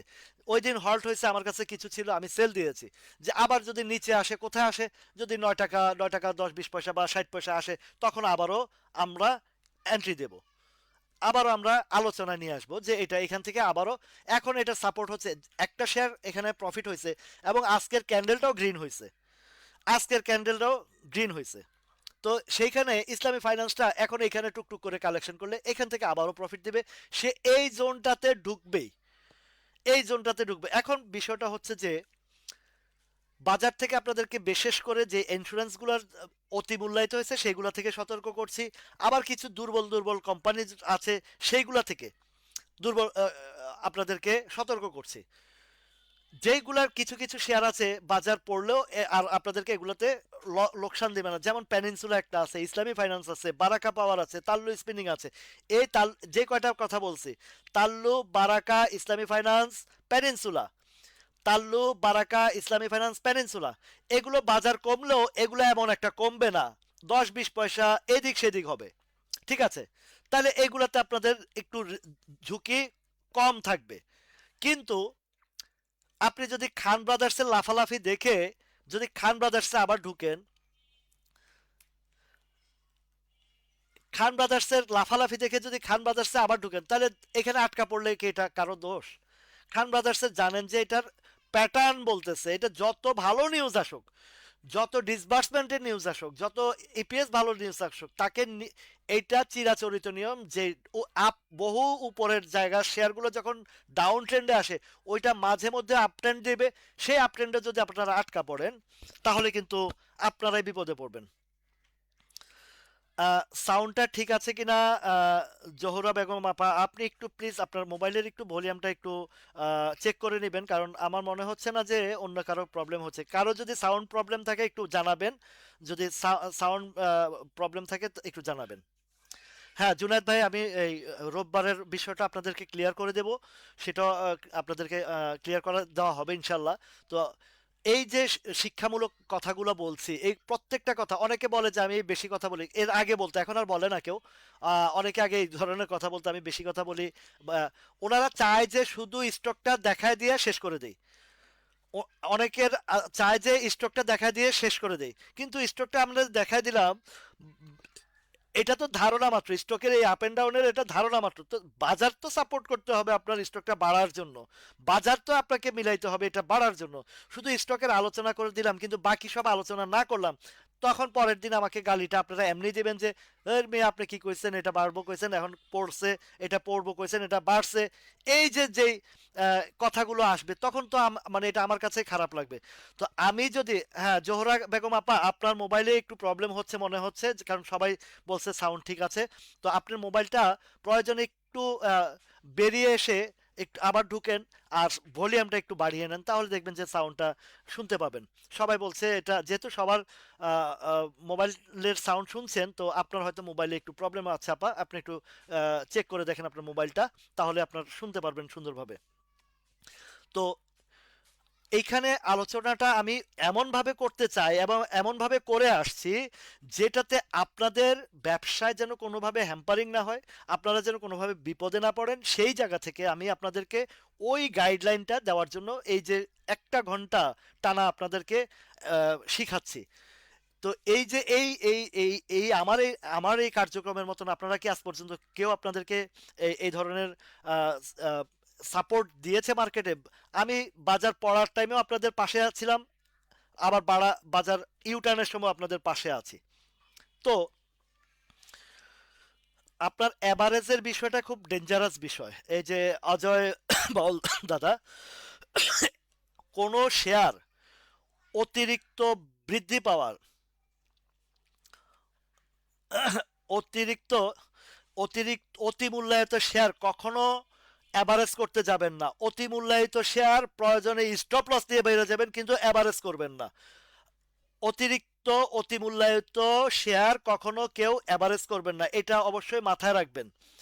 আর যেগুলো আপনার বটমে কিনছেন, যেমন একটা শেয়ারের কথা আপনাদেরকে বলি, আইবিপি, ইন্দো বাংলা ফার্মাটা, এটা অ্যাভারেজের শেয়ার ছিল, আছে, যেমন যারা 13-14 টাকা কিনছেন এটা নাম ছিল, নামার পরেও এইখানে যারা 10 টাকা 11 টাকার ঘরে যারা অ্যাভারেজ করছেন, এটা হচ্ছে অ্যাভারেজের সিস্টেম। আর ধরেন ক্রিস্টাল ইন্স্যুরেন্স কিনে যদি আপনি ধরা খান, ওইটাতে যদি অ্যাভারেজ করেন তাহলে আপনার নামে উঠে যাবে অ্যাভারেজ অমুক। কারণ তো এই ক্রিস্টাল ইন্স্যুরেন্স যদি ধরেন, আমি এটা উদাহরণস্বরূপ বলছি, এটা উদাহরণস্বরূপ আবারও বলে দিচ্ছি, উদাহরণস্বরূপ এই ক্রিস্টাল ইন্স্যুরেন্স যদি এখন এই যে জায়গা আছে এখান থেকে যদি একবার 60 টাকা বা 70 টাকা 60 টাকার ঘরে চলে আসে, তখন যদি অ্যাভারেজ করেন তাহলে কিন্তু আপনার কোনো লাভ হবে না। অ্যাভারেজেরও একটা নিয়ম আছে, আপনি বটম সাইডে কিনছেন, বাজারের কারণে সেই বটম সাইডে থেকে একটু নেমে গেছে, আপনি সেটা অ্যাভারেজ করেন। কিন্তু আপনি যদি এই ক্রিস্টাল ইন্স্যুরেন্সের যদি একবার ডাউন ট্রেন্ডে চলে আসে, আবার সেটা যদি অ্যাভারেজ করেন তাহলে তো আপনি মার্ডার হয়ে যাবেন। এমন বহু ইতিহাস আছে। এই এআইএল এর কথা বলি, আমার সেন্টু ভাই আছেন কিনা একটু কমেন্টে জানাবেন। সেন্টু ভাই এই এই এআইএল 100 টাকার উপরে কিনেছিল, সম্ভবত 103-4 টাকার ঘরে কিনেছিল। উনি অ্যাভারেজ করতে করতে এটা 78 টাকা ঘরে পর্যন্ত আনছিলেন। এটা হচ্ছে বোকামির অ্যাভারেজ, এটা হচ্ছে বোকামির অ্যাভারেজ। তো আপনি একটা শেয়ার উপর থেকে যখন ডাউন ট্রেন্ডে আসে ওই শেয়ারে অ্যাভারেজ করলে আপনার লাইফ বরবাদ হয়ে যাবে। যেমন শান্তনু অধিকারী আছো কিনা তুমি একটু জানাবা ভাইয়া। এই শান্তনু অধিকারীর ওই মলম পার্টির কাছে গেছিল। যদি এক সময় উনি আমার সাথে শান্তনু এক সময় আমার সাথে বিজনেস করতো, কিন্তু অতি লোভে, মানে খুব দ্রুত বড়লোক হইতে গিয়া, কারণ আমি তাকে ধীরে ধীরে ধীরে তার পোর্টফোলিওটা একটা স্ট্রং জায়গায় নিয়ে গেছিলাম। কিন্তু আদাব অনুপম অনুপ কুমার দাদা, তো ওকে আমি যখন আমার সাথে বিজনেস করতো আমি খুব সতর্কতামূলক আস্তে আস্তে আস্তে আস্তে করে তার পোর্টফোলিওটা একটা ভালো শক্তি, মানে শক্ত পোর্টফোলিও করেছিলাম। তো ওকে বিডি থাইটা বলছে যে মানে কিছু আছে না ওই যে মলম পার্টি, ওই মলম পার্টিটা করছে কি ওরে ফুসলাইছে। ওরে ফুসলায় বলতেছে যে আরে কি ব্যবসা করেন, আমরা 3 দিনে লাভ করে দেবো, 4 দিনে লাভ করে দেবো, এমন এমন মানে রসালো আলাপ করছে। সে কয় দাদা আপনার সাথে আমি ব্যবসা করবো না। আমি ওকে নো প্রবলেম, তোমার এটা ইচ্ছা, তোমার টাকা, তোমার ব্যবসা, তোমার চিন্তা ভাবনা, সেটা তো আমার কিছু না। তুমি আমার সাথে থাকবা কি থাকবা না সেটা তোমার উপরে ডিপেন্ড করে। তো সেই 16-17 সাল থেকে পোর্টফোলিওটা 11 লাখ থেকে আস্তে আস্তে 26-27 লাখ টাকা পর্যন্ত নিয়েছিলাম। তো সে করলো কি, আমার কাছ থেকে গেল, যাওয়ার পরে তাকে ওই মলম পার্টি এই বিড়ি থাই 45 টাকা করে কিনাইছে, 45 টাকা করে কিনাইছে। কোন সালে কিনাইছে সেটা আপনাদেরকে বলে দেয়। এই যে সর্বোচ্চ চূড়ায় এটা উঠেছিল 45 টাকার ঘরে, 40 বা 42 টাকার ঘরে, এই দিন এই জায়গাতে তারা টপ লেভেলে কিনাইছে। এখন সে অ্যাভারেজ করতে করতে করতে করতে করতে করতে এমন অবস্থা হয়েছে, তার অ্যাভারেজ করেও সে কিন্তু 17 টাকা 17.5 টাকা আনছে, এবং শেয়ারের কোয়ান্টিটি হয়েছে মনে হয় সম্ভবত 1,02,000-এর কাছাকাছি। তো এখন আমি তারে এই কথা বলছি যে তুমি যে 17 টাকার এই 42-45 টাকার শেয়ারে তুমি 17 টাকা অ্যাভারেজ করছো, সেই 17 টাকাও তুমি বের হইতে পারবা না। কেননা এটার ওই অবস্থান আর ওই 17 টাকা পর্যন্ত যাওয়ার মতন অবস্থানও এই মুহূর্তে নাই বিডি থাই। এই মুহূর্তে 17 টাকা পর্যন্ত যাওয়ার মতনও অবস্থা নাই, কেননা সে এত এত সাপ্লাই জোন তৈরি করে ফেলছে বিভিন্ন জায়গায়। যেমন এটা 12-13 টাকা করে হিউজ পরিমাণে সাপ্লাই। তো যারা 10 টাকা কিনবে তারা কি 12-13 টাকায় বসে থাকবে তার জন্য 17 টাকা যাওয়ার জন্য? যাবে না। তো এই যে বিষয়বস্তুগুলো যদি না বুঝে আর অ্যাভারেজ যদি করতেই থাকে, এইখানে ম্যাক্সিমাম ভাই বোনদের পোর্টফোলিও বেশি ড্যামেজ হয়েছে যখন হাই রেঞ্জে ধরা খাইছেন। পরে আস্তে আস্তে অ্যাভারেজ করতে করতে করতে করতে এমন অবস্থা আছে বাকি যা চালার পুঁজি আছে ওইটাতে এমনভাবে ঢুকাইছেন ওই শেয়ার আর উঠার মতনও অবস্থা নাই, অ্যাভারেজ করে আপনার টাকাটাও ব্লক করছেন। বুঝাইতে পারছি কিনা আপনাদেরকে একটু বলবেন। আমি আমার যে কথাটা বলছি আপনারা বুঝাইতে পারছেন অ্যাভারেজের সিস্টেমটা কি, বা অ্যাভারেজ কোথায় করতে হয়, বা অ্যাভারেজ কিভাবে করতে হয়? তাহলে আজকের আলোচনাটার মধ্যে আপনাদের অ্যাভারেজের সিস্টেমটা আপনাদেরকে আমি বুঝিয়ে দিলাম। অ্যাভারেজ মানেই হচ্ছে বিপদ। কোনটা বিপদ? এই বিডি থাই যে শান্তনুকে কিনাইছে, যে মলম পার্টির কাছে গেল, এওএল, দেখেন এওএল এই শেয়ারটা তারা কিনেছে 39 টাকা, 38 না 39 টাকার ঘরে কিনাইছে। আমি তাকে 24 সালের ফেব্রুয়ারি মাসে তাকে বললাম যে শান্তনু যেহেতু আমার একটা মায়া মহব্বত ভালোবাসা আছে, অনেক বছর আমার সাথে ছিল, বিজনেস করছে, আমি তাকে বললাম যে তুমি এই শেয়ারটা সম্ভবত 37-38 টাকার ঘরে কিনাইছিল এটা এই 23 সালের দিকে এটা।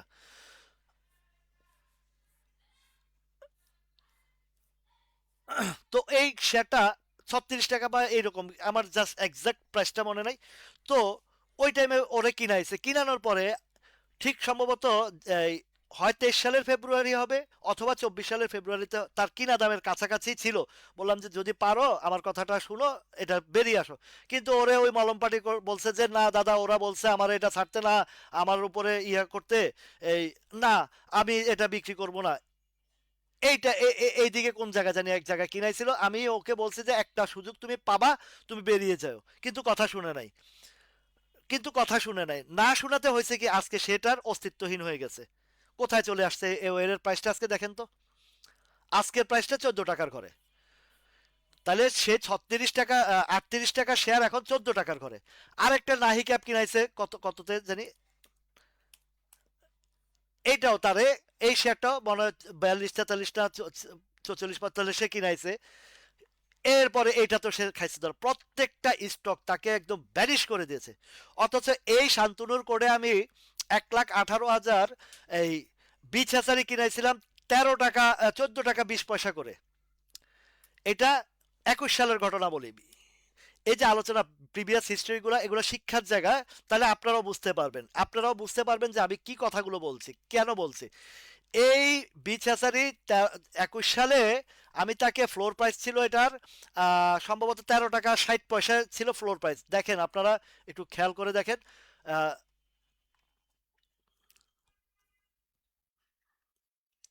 এই যে এইখানে এই জায়গাটাতে 13 টাকা 60 পয়সায়, এই দেখেন এখানে কত প্রাইস, 13 টাকা 60 পয়সা। তোকে আমি কিনাইছিলাম 13 টাকা 60 পয়সা, এটার ফ্লোর প্রাইস ছিল। তোকে আমি কিনাইছিলাম কততে, 13 টাকা 14 টাকা 20 পয়সা। বলছি যে ওয়েট করো, 3টা মাস না যাইতে অস্থির হয়ে যেদিন একদিন ফ্লোর প্রাইস থেকে ছুটলো, সে কি করলো, শেয়ারটারে বিক্রি করে দিল। ফ্লোর প্রাইস থেকে ছুটার সাথে সাথে সে কি করলো, সেটা বিক্রি করে দিল। যে দাদা ধৈর্য কুলা না। আমি কই তোমার ধৈর্য যদি না কুলে তুমি এই ব্যবসা করতে পারবা, আমাকে না বলে সে সেটা সেল করে দিল। এই পরবর্তী সে যেদিন সেল করছে, ঠিক সপ্তাহ 10 দিন বা 15 দিনের মাথায় শেয়ারটা রেস শুরু হইলো, টান শুরু হইলো।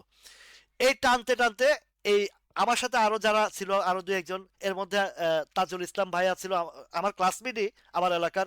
ওই সময় আমি এলাকা ভিত্তিক পোর্টফোলিওগুলো ম্যানেজমেন্ট করতাম। তো ওই ওকে আমি অনেক কষ্টে বুঝাইতে বুঝাইতে রাখছি যে ধৈর্য ধরো, অব মানে ধৈর্যের বিকল্প নাই। তখন এখান থেকে যখন এই 13 টাকা 70 থেকে টানটা শুরু হয়েছে, আমি তাকে 24 টাকার ঘরে এই জায়গাটাতে সেল করাইছি। সেল করায় বলছি যে, সে অস্থির হয়ে গেছে। বলছে যে আমার দেনা আছে, আমার এটা আছে, টাকা লাগবে। ঠিক আছে, তাহলে একটা প্রফিট তো হয়েছে, নাও। আমি বলছি আর কিছু ওয়েট করি, কিন্তু তার যে পেরেশানি, তার যে হতাশা, যেমন আমার এই যে টিপু ভাই আছে চট্টগ্রামে, টিপু ভাইও খুব পেরেশানি হয়ে যায় যে কেডিএসটা বিক্রি করে দেন, কেডিএসটা বিক্রি কিন্তু উনি তো বুঝতেছে না, মার্কেট বুঝতেছে না। উনি যতই আলোচনা শুনে, যত কিছু শুনে, মার্কেট বুঝে না। আমার বাপ্পি আছে, বাপ্পিও এরকম একটু মানে ভিতর ভিতর টেনশন বুকে, যে কেডিএসটা ছাড়া অন্যটা নেন। আরে ভাইয়া, তুমি যদি বুঝতা মার্কেট, তুমি যদি এতই বুঝতা, তাহলে তো তুমি আমার কাছে আসার প্রয়োজন ছিল না। এই কথাগুলো বলার উদ্দেশ্য হচ্ছে যে এগুলো বুঝতে হবে যে আমি যেই শেয়ারটা নিছি, আমার টুডে টু বড় লাগের 3 মাস, লাগের 6 মাস আমাকে প্রফিট দিতেই হবে, এতে কোনো বেশ কম নাই। এই যে পেনিনসুলা, আমি এই টিপু ভাই ওনার আরেকটা করে কিছু শেয়ার নিছে, বলছি যে ধরে রাখেন, কিন্তু অস্থির কি বাড়ে না, প্রফিট নিব, অস্থিরতার যে জায়গাটা, এত পরিমাণে অস্থিরতা, ছাইড়ে দিছে ওই 18 টাকা 17-18 টাকার ঘরে। হিউজ কোয়ান্টিটি, আমি কোয়ান্টিটির কথা বলবো না, হিউজ কোয়ান্টিটি। উনি টিপু ভাই মারাত্মকভাবে ড্যামেজওয়ালা লোক। জুলাই মাসে ওনাকে কিছু তথ্য দিয়েছিলাম, বলছিলাম যে যদি বাঁচতে চান আপনি, আমার ওনার পোর্টফোলিও দেখে আমি বলছি যে এই শেয়ারগুলো ইমিডিয়েটলি সেল করে দেন। প্রায় 65 লক্ষ টাকা লস করে ছেড়ে দিয়েছে। 65 লক্ষ টাকা শেয়ার বিক্রি করার পরে 12 লাখ না 10 লাখ না 11 লাখ টাকা পাইছে। আমি বলছি ওইটাও আপনার জন্য আশীর্বাদ। সেটার মধ্যে একটা আছে এভারেল ওয়েলটা। এমআরএল ওয়েলথ আজকে এই গল্পগুলো, এগুলো মূল্য, এগুলো গল্প না, এগুলো বাজারের শিক্ষণীয় বিষয়। এই যে হতাশা হন বা এই যে ডিপ্রেশনে ভোগেন এবং অস্থির হয়ে যান, এইটার এইটার জন্যই এই আলোচনাগুলো। তাহলে আপনারা আমার কথা থেকে আপনারা বাজারের হিস্ট্রিটা বুঝবেন, ঠিক আছে? আদাব দাদা। তো এই সময় আমি ওনাকে যখন আমি এই আমার সাথে এই জুলাই মাসের অগাস্ট মাসের দিকে, ঠিক সম্ভবত 23-24 টাকার দিকে, তাই না টিপু ভাই? আপনি একটু রেসপন্স দেন। এই 23 টাকার ঘরে উনি শেয়ারটা বিক্রি করে বেঁচে গেছে ওই টাইমে, বিক্রি করে বেঁচে গেছে। তাহলে ওই টাইমে যদি না বেচতো আজকে তার ওইখান থেকে পুঁজি অর্ধেক হয়ে যেত। অথচ এমারয়েল সম্ভবত ওনার আরো উপরে কিনা। কত কইনা ছিল টিপু ভাই বলেন তো একটু? টিপু ভাই একটু কথাটা বলেন। তারপরে আপনারা এই দেখেন ওরিয়ন ফার্মাটা উনি 43 টাকা করে বিক্রি করে দিচ্ছে। ওরিয়ন ফার্মাটা, এই ওরিয়ন ফার্মাটা উনি 43 টাকার ঘরে বিক্রি করে বেঁচে গেছেন। নাহলে এইটা যদি ধরে রাখতেন আজকে আরো কত ড্যামেজ হইতেন। তো ওই টাইমে সেল করছে, যেটা লস হয়েছে ওইখান থেকে তো বেঁচে গেছে। তো এর মধ্যে ওনার পেনিনসুলা দিয়েও প্রফিট করছে, ওনার কয়েকটা স্টক দিয়ে ভালো ভালো রিকভারি করছে। যদি ওই টাইমে এই টাকাটা ব্লক হয়ে যেত তাহলে উনি, ব্লক না, ওনার পোর্টফোলিও তো জিরো হয়ে যেত। এই যে আমি যে পরামর্শগুলো দিয়ে ওনাদের যে বাঁচায় নিয়ে আসছি, ওনারা যে সেভ করে নিয়ে আসছি, এই জিনিসগুলো তো আমার তো বুঝতেছি যে এই জিনিসটা কি হতে যাচ্ছে, যে আপনার ওনার তো বিশাল প্রায় 1.5-2 কোটি টাকা চলে গেছে এইভাবে। তো ওইখান থেকে তো সেফ জোনে আমি ওনাকে নিয়ে আসছি, ওনাকে তো সেফ জোনে আমি নিয়ে আসছি। আমি প্যাটার্ন বুঝছি যে এটা এখানে ধরে রাখাটা বিপদ। এখনো যারা অনেকে আছে অস্থিরতা, যে কেডিএস বাড়ে না কেন, কেডিএস বাড়ে না কেন, কেডিএস বাড়ে না কেন। একটা সময় আপনি হতাশ হয়ে সব বিক্রি করে দিবেন, তখন দেখবেন এই কেডিএস 60-70 টাকার ঘরে। বিলিভ ইট অর নট, আপনি যদি এখন হতাশ হয়ে এই কেডিএস বিক্রি করে দেন, একটা সময় দেখবেন এই কেডিএস 60-70 টাকার ঘরে। Note it please, note it please. এই বাজার হচ্ছে ধৈর্য, বুদ্ধিমত্তা এবং প্রাইসিং জায়গাটা। এই রায়ান ভাইয়া খালি পেনিনসুলা পেনিনসুলা অনেকে করতেছে। পেনিনসুলা 11 টাকা থেকে বলতে আসছি, এখনো বলছি পেনিনসুলা এটা ঊর্ধ্বমুখী শেয়ার। এটা একটু কারেকশন দিবে আবার উঠবে, একটু কারেকশন দিবে আবার উঠবে। সে এক পা পিছনে গেলে 10 পা আগাবে peninsula. Note it please, note it please. সুতরাং এই যে আমি শিক্ষামূলক ব্যবস্থাটা আপনাদেরকে চালু করছি, কেন করছি? তো এই জিনিসটা বলছি যে এগুলা ঊর্ধ্বমুখী share. Peninsula, Islami finance, Tallu spinning, SPCL, KDS, ETL, IBP, এগুলা ঊর্ধ্বমুখী শেয়ার। কোনোটা আগে হবে কোনোটা পরে হবে, কিন্তু এগুলো আস্তে আস্তে উঠবে। তারপরে নিম্নমুখী শেয়ারের কথা কত আগ থেকে বলে আসছি। এআইএল এর কথা নিম্নমুখী শেয়ার বলছি কখন? যখন এটা 60 টাকার ঘরে ছিল। খান ব্রাদার্স 115-20 টাকার ঘরে বলছি যে খান ব্রাদার্স থেকে সতর্ক থাকেন, খান ব্রাদার্স থেকে সতর্ক থাকেন। নামছে, নামছে। এসপি সিপালের ব্যাপারে বলছি, সিপাল কত থেকে বলছি, সে 51-52-53 টাকা থেকে সিপালের কথা বলছি যে সাবধান থাকেন, সাবধান থাকেন, সাবধান থাকেন। শুনছেন আমার কথা? ওই যে ওই ইয়া কি জানি কয় যে ওই মানে কি, কিসের কথা জানি, বাসি বাসি হইলে ফলে, তো সেরকম ওই রকম আমার কথাগুলা যখন বলি তখন কেউ মানে গুরুত্ব দেয় না, আর যখন বাসটা খায় তখন বলে যে রাসেল ভাই তো ওই কথাটা বলছেন, কিন্তু ইনস্ট্যান্ট আপনারা ডিসিশন নিতে পারেন না। এটা হচ্ছে একদম গ্যারান্টি করা কথা, গ্যারান্টি কথা কথা। এই এই সিপাল যে 24 টাকার ঘরে আসবে না, এর কি নিশ্চয়তা? এবং সামনে যদি কোনো কারণে এই যে ইলেকশনকে কেন্দ্র করে বাজারটা ডাউন হয়, এই শেয়ার চলে আসবে কোথায় জানেন? এই শেয়ারটা কোথায় চলে আসবে জানেন?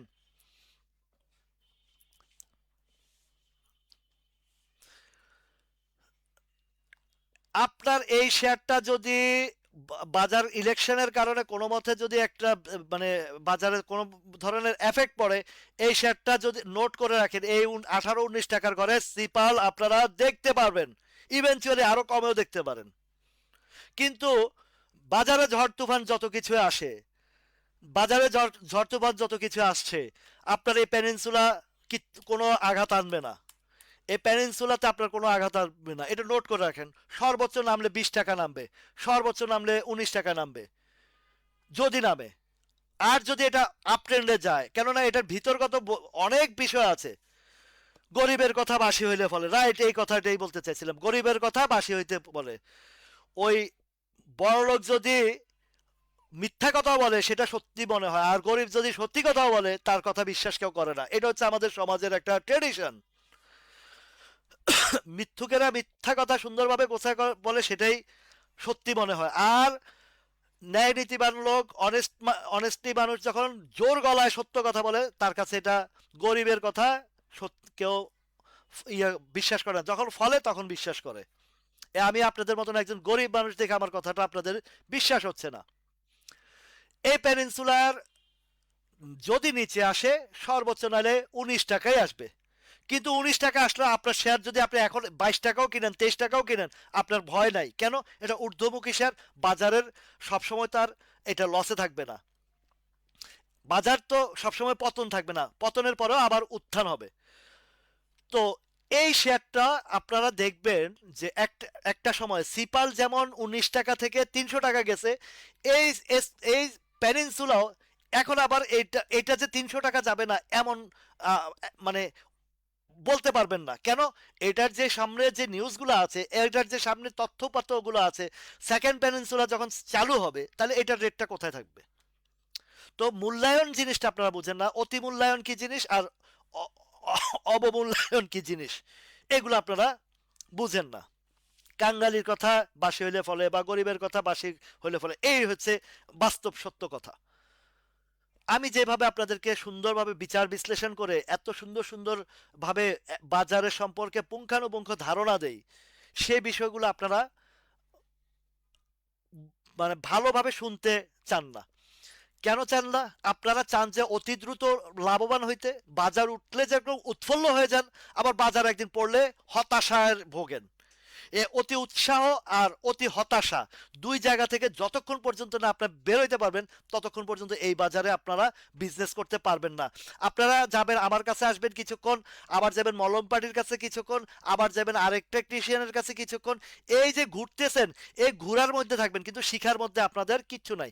আমি দেখি আপনাদের অনেকেই বিভিন্ন জায়গায় গিয়ে আমার কাছে যেমন এই স্টকের ব্যাপারে চান, আরডি ফুড কি হবে, এই জিকিউ বলবেন কি হবে, অমুক কি হবে, এই এইটাই আপনারা চান, কিন্তু বাজার সম্পর্কে আপনারা কিছুই শিখতে চান না। আর যতদিন পর্যন্ত শিখতে না চাইবেন, ততদিন পর্যন্ত চারদিকে হন্যে হয়ে ঘুরবেন, কখনো আমার কাছে, কখনো আরেকজনের কাছে, কখনো আরেকজনের কাছে, এইভাবেই যাবেন, এইভাবেই যাবেন। বাজারে যেই লাও সেই কদু, একটা থেকে 2 টাকা লাভ করবেন, আরেকটাতে 3 টাকা বাস খাবেন, এরকম করবেন। আর যদি শিক্ষামূলক জায়গাটা থাকেন, বাজার সম্পর্কে বুঝতে পারেন, বাজারে ঝড় তুফান হলেও আপনার গায়ে লাগবে না, আবার বাজার অতি অতি মানে বাজার বাড়লেও আপনাদের গায়ে লাগবে না। আমার তো ইন্ডেক্স দিয়ে কোনো মাথা ব্যথা নাই। ইন্ডেক্স কি পড়লো কি বাড়লো আমার তো কোনো বিষয় নাই। এই যে বাজারটা যে 4,600 থেকে 5,000, 4,500 থেকে 5,600 গেছে, তখনও যেমন লাভ করছি, আবার 5,600 থেকে 4,600-তে আসছে, এখনো লাভ। ডাল ভাত খাওয়ার ব্যবস্থা করে যাচ্ছি, ঘর সংসার চালানোর মতন ব্যবস্থা করে যাচ্ছি। কেন যাচ্ছি? আমার পুঁজি অল্প, অল্প পুঁজি অল্প রুজি অধিক খুশি। আমার সংসার খরচ, ভাড়া, বাড়ি ভাড়া, এগুলা চললেই আমার হয়ে যায়, তা আমি তো করতেছি। তো এই জায়গা থেকে আপনারা যদি আহ, না বুঝতে পারেন, ইন্ডেক্স উঠবে, কমবে, বাড়বে, আমার স্টক, আমার আহ, মানে সিলেকশন, এইটাতে যদি আমি ভুল করি, এইটাতে যদি আমি মিস্টেক করি, তাহলে এটা তা আপনি কখনোই এখান থেকে প্রফিট নিতে পারবেন না। দেখেন তো, আমি নভেম্বর এবং ডিসেম্বর 2টা মাস আপনাদেরকে গলা ফাটায় বলছি যে ইন্স্যুরেন্স সেক্টরে আপনারা থাকেন, বটম প্রাইসে আছে, এখানে এন্ট্রি দেন, দেখবেন যে জানুয়ারি ফেব্রুয়ারিতে প্রফিট দিবে। দিছে কিনা বলেন? এমন কোন ইন্স্যুরেন্সটা প্রফিট দেয় নাই সেটা আমাকে দেখান। 1 টাকা হইলে দিছে, 2 টাকা হইলে দিছে, 3 টাকা হইলে দিছে, 5 টাকা হইলে দিছে, 10 টাকা হইলেও দিছে। প্রত্যেকটা ইন্স্যুরেন্সে ঘুরায় ঘুরায় ঘুরায় ঘুরায় প্রফিট দিয়ে গেছে। তো আপনি যদি পুরো বাজারের সব স্টক নিয়ে চিন্তা ভাবনা করেন, তাহলে কেমনে হবে? আপনার সিলেক্টিভ 2, 4, 5টা, 10টা স্টক নিয়ে ভালোগুলা দেখেন। আমি আপনাদেরকে সবসময় ভালো স্টকগুলো সামনে আনি, আপনাদেরকে সবসময় ভালো স্টকগুলো চোখের সামনে আনি। খারাপগুলো আনতেই চায় না, কেননা খারাপগুলো আনতে গেলে আপনারা বিপদে পড়বেন। এই যে এআইএল থেকে সতর্ক করছি। এই যে পপি আপার কথা বলি, পপি আপা আমার সাথে যখন জুলাই মাসে আসছেন, আগস্ট মাসে আমার সাথে যখন বিজনেস পার্টনারশিপে আসছেন, ওনার কোডে ছিল এআইএল, বিছাচারি, ইআইএল ছিল, আর ছিল এনআরবি ব্যাংক। এমন টাইমে আমার সাথে দেখা হয়েছে ওনার, ওনার সাথে আমার সাথে এই বিজনেস পার্টনারশিপে আসছেন। ওনাকে বললাম যে আপা আপনি একটা কাজ করেন, তখন এই বিছাচারি এবং এআইএলটা একই জায়গায় ছিল, 47 টাকা ছিল, একই জায়গায় ছিল, 47 টাকার ঘরে এটা ছিল। তো বললাম যে আপা এই শেয়ারটা বিছাচারি আর এআইএলটা রেখে দেন, আর ইআইএল, ইআইএল আর হচ্ছে এনআরবি ব্যাংক, তখন এনআরবি ব্যাংক ছিল 9 টাকা 20 পয়সা, আর ইআইএল ছিল 34 টাকা। তো ইআইএল ওনার কিনা ছিল 35 টাকা। আমি বলছি আপা এটা স্টপ লস নেন। ওনার ইআইএলটা এই এনআরবি ব্যাংক ছিল 11 টাকায়, ওটা ছিল 9 টাকা, বলছি এটাও স্টপ লস নেন, কিন্তু এআইএল আর বিচাচারি রাখেন কেন? ওই টাইমে বাজারটা ইউটার আসছে, আপনাকে আমি আপনার ওনার কিনা ছিল 51 টাকা আর 53 টাকা, এআইএল 53 আর এই বিচাচারি ছিল 51 টাকায়। আমি বলছি এই দুইটা আপনি রাখেন, এই দুইটা আপনাকে আমি প্রফিট সহ আপনাকে সেল করায় দিব।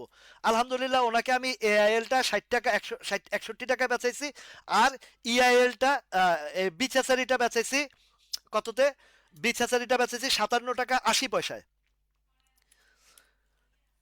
এখান থেকে দুইটা থেকে ওনারা আমি প্রফিট সহ বেচাই দিছি। আর যে দুইটা ওনাকে আমি স্টপ লস দেওয়া হয়েছি, দেখেন ওই দুইটার শেয়ার কোথায় আসছে। ইয়া তাহলে এই দেখেন এটা, এই যে এই জায়গাটাতে এটা উঠছিল 58 পর্যন্ত, কিন্তু আমি 57-80-তে ওনাকে সেলটা করাইছি, 57 টাকা 80 পয়সায় সেলটা করাইছি। আমার স্পষ্ট মনে আছে এটা। ওনাকে 57 টাকা একদিন যে এই জায়গাটাতে 57 টাকা 70 বা 80 পয়সায় বেচাইছি। তাহলে হইলো কি, এই দুইটা আমার প্যাটার্নে ছিল যে আপ যাবে, ওনাকে লাভ নেওয়া দিছি। এরপরে বলছি যে আপা এই দিকে আর এআইএল আর বিচাচারির দিকে আমরা আর যাবো না, এটার ফুল অ্যান্ড ফাইনাল ডেলিভারি হয়ে গেছে, এবার নিচে আসবে। এরপরে দেখেন এবার ইআইএলটা যখন আমি ওনাকে বললাম যে আপা এটা স্টপ লস দেন, কোথায় নিছে? 34 টাকার ঘরে। আমি যে জায়গায় ওনাকে সেলটা দেওয়াইছি, এরপরে আর কিন্তু ওইখান থেকে আর মুভমেন্টই আসে নাই, মুভমেন্টই আসে নাই। এটা নামতে নামতে কোথায় নামছে? 24 টাকার ঘরে। তো আল্লাহর রহমত কি, উনি যদি আমার সাথে না আসতো, আজকে ওনার পোর্টফোলিও এমনিতেই 35 লাখ টাকার পোর্টফোলিও আমার কাছে আসছে 11 লাখ টাকা নিয়ে। আর আল্লাহর রহমতে এখন ওনার কোডেই ওনার ওই কোডটা এখন 23 লাখ টাকার ঘরে চলতেছে। আমার আমার আমার পার্টনারশিপের পার্সেন্টেজ দেওয়ার পরেও ওনার এখন 22 লাখ টাকা পোর্টফোলিওতে আছে। 11 × 2 = 22, August September October November December January, 5 মাস, 5 মাসে ওনার কোড মানে যে চালান নিয়ে আসছে তার থেকে ডাবল হয়েছে এখন। তো বলছি আপনি ধৈর্য ধরেন, অতি সহসায় আপনার 35 লাখ টাকা রিটার্ন চলে আসবে ইনশাআল্লাহ। বুঝাইতে পারছি আপনাদেরকে। আরো একজন রাশেদ ভাই আসছেন, যিনি রাশেদ ভাই লাইভেও আছেন। রাশেদ ভাই তো মানে যারা আসছেন সবাই চাক্ষুষ প্রমাণ। এই টিপু ভাইয়ের ওই টাইমে যদি মানে আমার সাথে কানেক্টিভিটি না হইতো, এই টিপু ভাইয়ের অস্তিত্বই থাকতো না। এমনিতে 2.5-3 কোটি টাকা শেষ করছে এই মানে অতি উৎসাহী হয়ে। এই যে আপনাদেরকে ধৈর্য, এই যে কেডিএস এর কথা অনেকে হয় হতাশ হতাশ হতাশ, এটা বেচে আরেকটা কেনেন না কেন, আরেকটা বেচে আরেকটা কিনেন না কেন, বা এটা ধরে রাখবো কেন? ভাই নোট করে রাখেন, আপনি এই শেয়ার ফান্ডামেন্টালি স্ট্রং। সেকেন্ড কোয়ার্টারে হয়তো বা 2-4 পয়সা কম দেখাবে, সেকেন্ড কোয়ার্টারে কেডিএস এর 2-4-5 পয়সা কম দেখাবে, এটাও লিখে রাখেন। আমি তথ্যপত্রের ভিত্তিতে কথা বলি, বিষয়বস্তু ভিতর থেকে জেনে শুনে কথা বলি। এবং এই শেয়ারটা কেন যাবে সেটাও আপনারা জানেন, যে এই কেডিএসটা কোম্পানি অনেক বড় কোম্পানি। কেডিএস অ্যাক্সেসরিজ, কেডিএস কিনলে পানি, কেডিএস টেক্সটাইল, কেডিএস এই স্টিল, এদের বিশাল অবস্থান, বিশাল অবস্থান। ওদের এক সাইড একটু দুর্বল থাকবে, আরেকটা উঠবে, আরেকটা উঠবে। এখন গভর্নমেন্ট যখন চেঞ্জ হয়ে যাবে, তাদের যখন এই যে পুরো বিশ্ব বাণিজ্যের সাথে তারা কানেক্টিভিটি হয়ে যাবে, ব্যাংকিং সিস্টেমগুলো যখন একটা সিস্টেমেটিক জায়গায় বা একটা স্থিতিশীল অবস্থায় আসবে, এই কেডিএস যদি 100 টাকা যায়, এটাও আপনি আহ, এটাও আপনি অবাক হওয়ার কিছু নাই, অবাক হওয়ার কিছু নাই।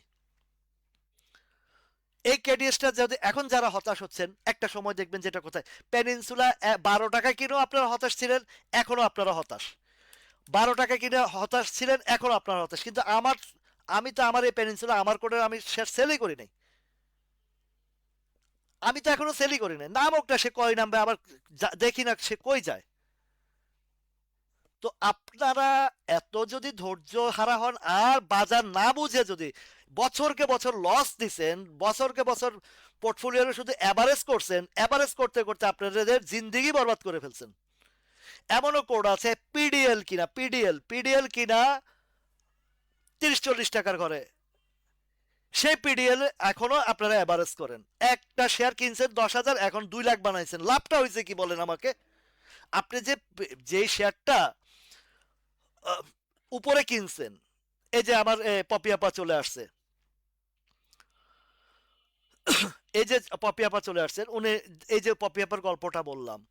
তো আপনারা যে জিনিসগুলো আপনাদেরকে যে জায়গায় বলি সেখানে কিনলেও হতাশ, আবার উঠলেও হতাশ, আবার একটু নামলেও হতাশ। এই হতাশার থেকে যদি যতক্ষণ পর্যন্ত না বেরোতে পারবেন, এই ব্যবসা আপনার জন্য না, দৈন্তান নয় আকারে না।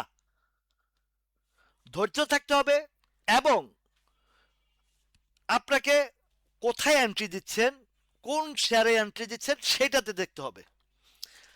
এই পপিয়াপারে যখন আমি ওই এনআরবি এবং ইআইএল বেচাইছি, একটা শেয়ার কিনেছিলাম ফার্স্ট স্টার্টিং আমার, সেটা হচ্ছে সালভো কেমিক্যাল, SAL। এই সালভো কেমিক্যাল পপিয়াপারে বললাম যে 25 টাকা 26 টাকা, কত থেকে কিনছিলাম আপা মনে আছে আপনার? সম্ভবত 25 টাকা 70-80 পয়সা বা 26 টাকা, সর্বোচ্চ মনে হয় আমার কাছে। তখনও যখন এই আলোচনাটা এইটা এই সালভোতে আনছিলাম, আমি বলছি যে আপা এটা 33 থেকে 34 যাবে, আমি 32-50-এ আমি এক্সিট নিয়ে নিয়েছি। আমি এক্সিট নেওয়ার পরেও সেখান থেকে আরো 3-4 টাকা বাড়ছে, কিন্তু আমি ওভার গ্রিডি হই নাই। আমার প্রয়োজন নাই, আমার যতটুকু আসছে আলহামদুলিল্লাহ। রানিং এ আমার আরো আসছে। এই কেডিএসটা, এই পপিয়াপা সহ আমরা কিনছি কেডিএসটা, এবং ওই সময় যখন বলছি যেটা ভাল লাগে, অবস্থান ভালো, আপনারা অনেকেই কিনছেন এই কেডিএস। এই যে 39 টাকা 80 পয়সা কিনছিলাম। এই টিপু ভাই ঠিক আছে কিনা বলেন তো? এই যে আমার সামির কুন্ডু দাদা আমার সাথে বিজনেস করেন, ওই সময় থেকে উনি আমাকে ফলো করেন এবং উনি আমাকে সবসময় গুরু মানেন। উনি আমাকে বলে যে দাদা আপনি যেটা বলবেন সেটাই। এই যে একটা জায়গার মধ্যে, ভালোবাসার জায়গার মধ্যে, এটা তো এমনি এমনি হয় নাই। এই কেডিএস আমরা 39 টাকা 80 পয়সা কিনে 47, 80, 90, 48 টাকা বিক্রি করছি। এই এসপিসিএল কয়বার প্রফিট করলাম? এই এসপিসিএল থেকে অন্তত 3 থেকে 4 বার প্রফিট করছি। প্রফিটের জায়গা তো আছে, দিচ্ছে। এই এসপিসিএল তখন আমরা সম্ভবত 44 45 44 টাকার ঘরে কিনছিলাম, এই যে এই জায়গা থেকে, এই এই 43 44 থেকে আমরা কিনছি, আমরা এখানে সেল করছিলাম। সেল করার পরে আবারও যখন প্যাটার্ন তৈরি হয়েছিল, আমরা আবার 51, সম্ভবত 51 টাকায় কিনছি। তবে কিনার পরে হ্যাঁ হ্যাঁ, এই যে 26-30 টাকার। তো ওইখান থেকে আমরা পরবর্তীতে এসপিসিএল কিনছিলাম, এসপিসিএল 44 টাকা করে কিনে 51 টাকা পর্যন্ত বিক্রি করছি। কেনার পরে আবারও কিছু 51 টাকায় কিনছি, আবারও এন্ট্রি দিছি বেচার পরে। দেওয়ার পরে যখন এটা মার্কেটটা ফল করলো, বলছি নো টেনশন, নো টেনশন, এই শেয়ারটা আবারও উঠবে। আলহামদুলিল্লাহ। অন্যান্য কিছু কিছু ফান্ড তো একটা জায়গায় রাখি নাই, ফান্ডটা কিছুটা ক্যাশ করে রাখি, কিছুটা একটা স্টকের থেকে প্রফিট নেই, আরেকটাতে ঢুকি, আরেকটাতে প্রফিট নেই, আরেকটাতে ঢুকি। কিন্তু যেটা আটকা পড়ে যায় সেখান থেকে লসের লসের হিসাব আসবেই না, আমার হিস্ট্রিতে। কেননা আমাকে কোন স্টকে আটকা পড়লে কিভাবে বের হইতে হয় সে পলিসি আমার জানা আছে, সে পলিসি মেকিং করতে জানি আমি। সুতরাং আমার স্টক আমি যে বাছাই করেছি, যেই জায়গায় কিনেছি এবং যেই স্টকটাতে ঢুকেছি, সেটা টুডে আমাকে প্রফিট দিতে বাউন্ড, আমাকে প্রফিট দিতে বাউন্ড। তো এরপরে যখন এটা আবার ইউটার্ন নিল, আমরা আবারও এটারে অ্যাভারেজ করে প্রাইসিং করছি সুন্দরভাবে, আবার 53 টাকায় ডেলিভারি দিচ্ছি। আমি 53 টাকা ডেলিভারি দেওয়ার পরে আমার এক মহাপণ্ডিত ভাইয়ে বলে যে ভাই আপনি তো কইছেন 53 টাকার উপরে যাইতে না, বা ওইখানে ডেলিভারি দিচ্ছেন, এখন তো 53-এর উপরে গেছে। আরে বাবা যাক না, 100 টাকা যাক, আমার কি, আমার তো পকেটে আমার টাকা ঢুকছে। ইভেনচুয়ালি তখনও আমি বলছি যে এটার যতক্ষণ পর্যন্ত 56-এর উপরে ক্লোজিং না আসবে, আমি এদিকে ফিরে তাকাবো না। আর যদি এই শেয়ারটা যদি 44-45 টাকার ঘরে আসে, তখন আবার আমি কিনবো। মনে আছে আপনাদের লাইভেই বলছি এই কথাগুলো, লাইভেই কথাগুলো বলছি। ঠিক তখন আবারও এন্ট্রি দিছি, এখন তো প্রফিট আছে। যে কোনো মুহূর্তে বাজার যে কোনো দুর্যোগ মুহূর্তে আমি এখান থেকে বেরিয়ে আসতে পারবো। ইভেনচুয়ালি আপনাদেরকে এসপিসিএল এর কথা বলি। এসপিসিএল এর সেকেন্ড কোয়ার্টারটা অনেক ভালো আইপিএস আসবে, সেকেন্ড কোয়ার্টারটা অনেক ভালো আসবে। এই সেকেন্ড কোয়ার্টারটা স্পেসটা আগামী রোববারে এটা ডিক্লারেশন আসবে, আগামী রোববারে এটা ডিক্লারেশন আসবে ইফ সেকেন্ড কোয়ার্টারের। ইনশাল্লাহ আল্লাহর মতে দেখবেন যে 2 টাকার উপরে আসবে। 2 টাকার উপরে আসলে এবার আপনি যদি পি রেশিও, ইপিএস এবং এটার যেই প্রাইসটা ভ্যালুয়েশন করেন, এই শেয়ারটা 100 টাকা গেলেও কেউ আটকা রাখতে পারবে না। কিন্তু যে ধারাবাহিক সিস্টেম আছে এটা এই 72, 73, 75 টাকাতে গেলে এখানে একটা, এখানে একটা রিট্রেস্ট হবে, এখানে একটা আহ, ইয়ে হবে, আপনার এখানে একটা কারেকশন হবে। কততে গেলে 74, 75 টাকার ঘরে গেলে। তাহলে আপনি চিন্তা করে দেখেন, 48 টাকা কিনেন, 47-এ কিনেন, 49-এ কিনেন। আমি আজকেও কিনেছি এটা, আমি আজকেও কিনেছি এসপিসিএল। আমার ওই সাহসিকতা আছে, আমি জানি যে আমার এখান থেকে হারাবো না কিছু। কিভাবে বের হইতে হয়, কিভাবে ইউটার্ন নিয়ে আমাকে এইটাকে সিস্টেমেটিক ভাবে আমার স্টকগুলোকে আমি যেই স্টকগুলো বাছাই করি, এবং সেই স্টকগুলো আমি যদি আমার ব্যক্তিগত বাছাই করতাম তাও না, আমি সেই জিনিসগুলো আপনাদেরকেও রিপ্রেজেন্ট করি। আপনারা বুঝে শুনে আপনাদের নিজের দায়িত্বে কিনা বেচা করবেন। কেন করি? আমি চাই যে আপনারাও লাভবান হন, আপনারাও এখানে বেনিফিশিয়ারি হন, অন্তত ক্ষতির জায়গায় না থাকেন।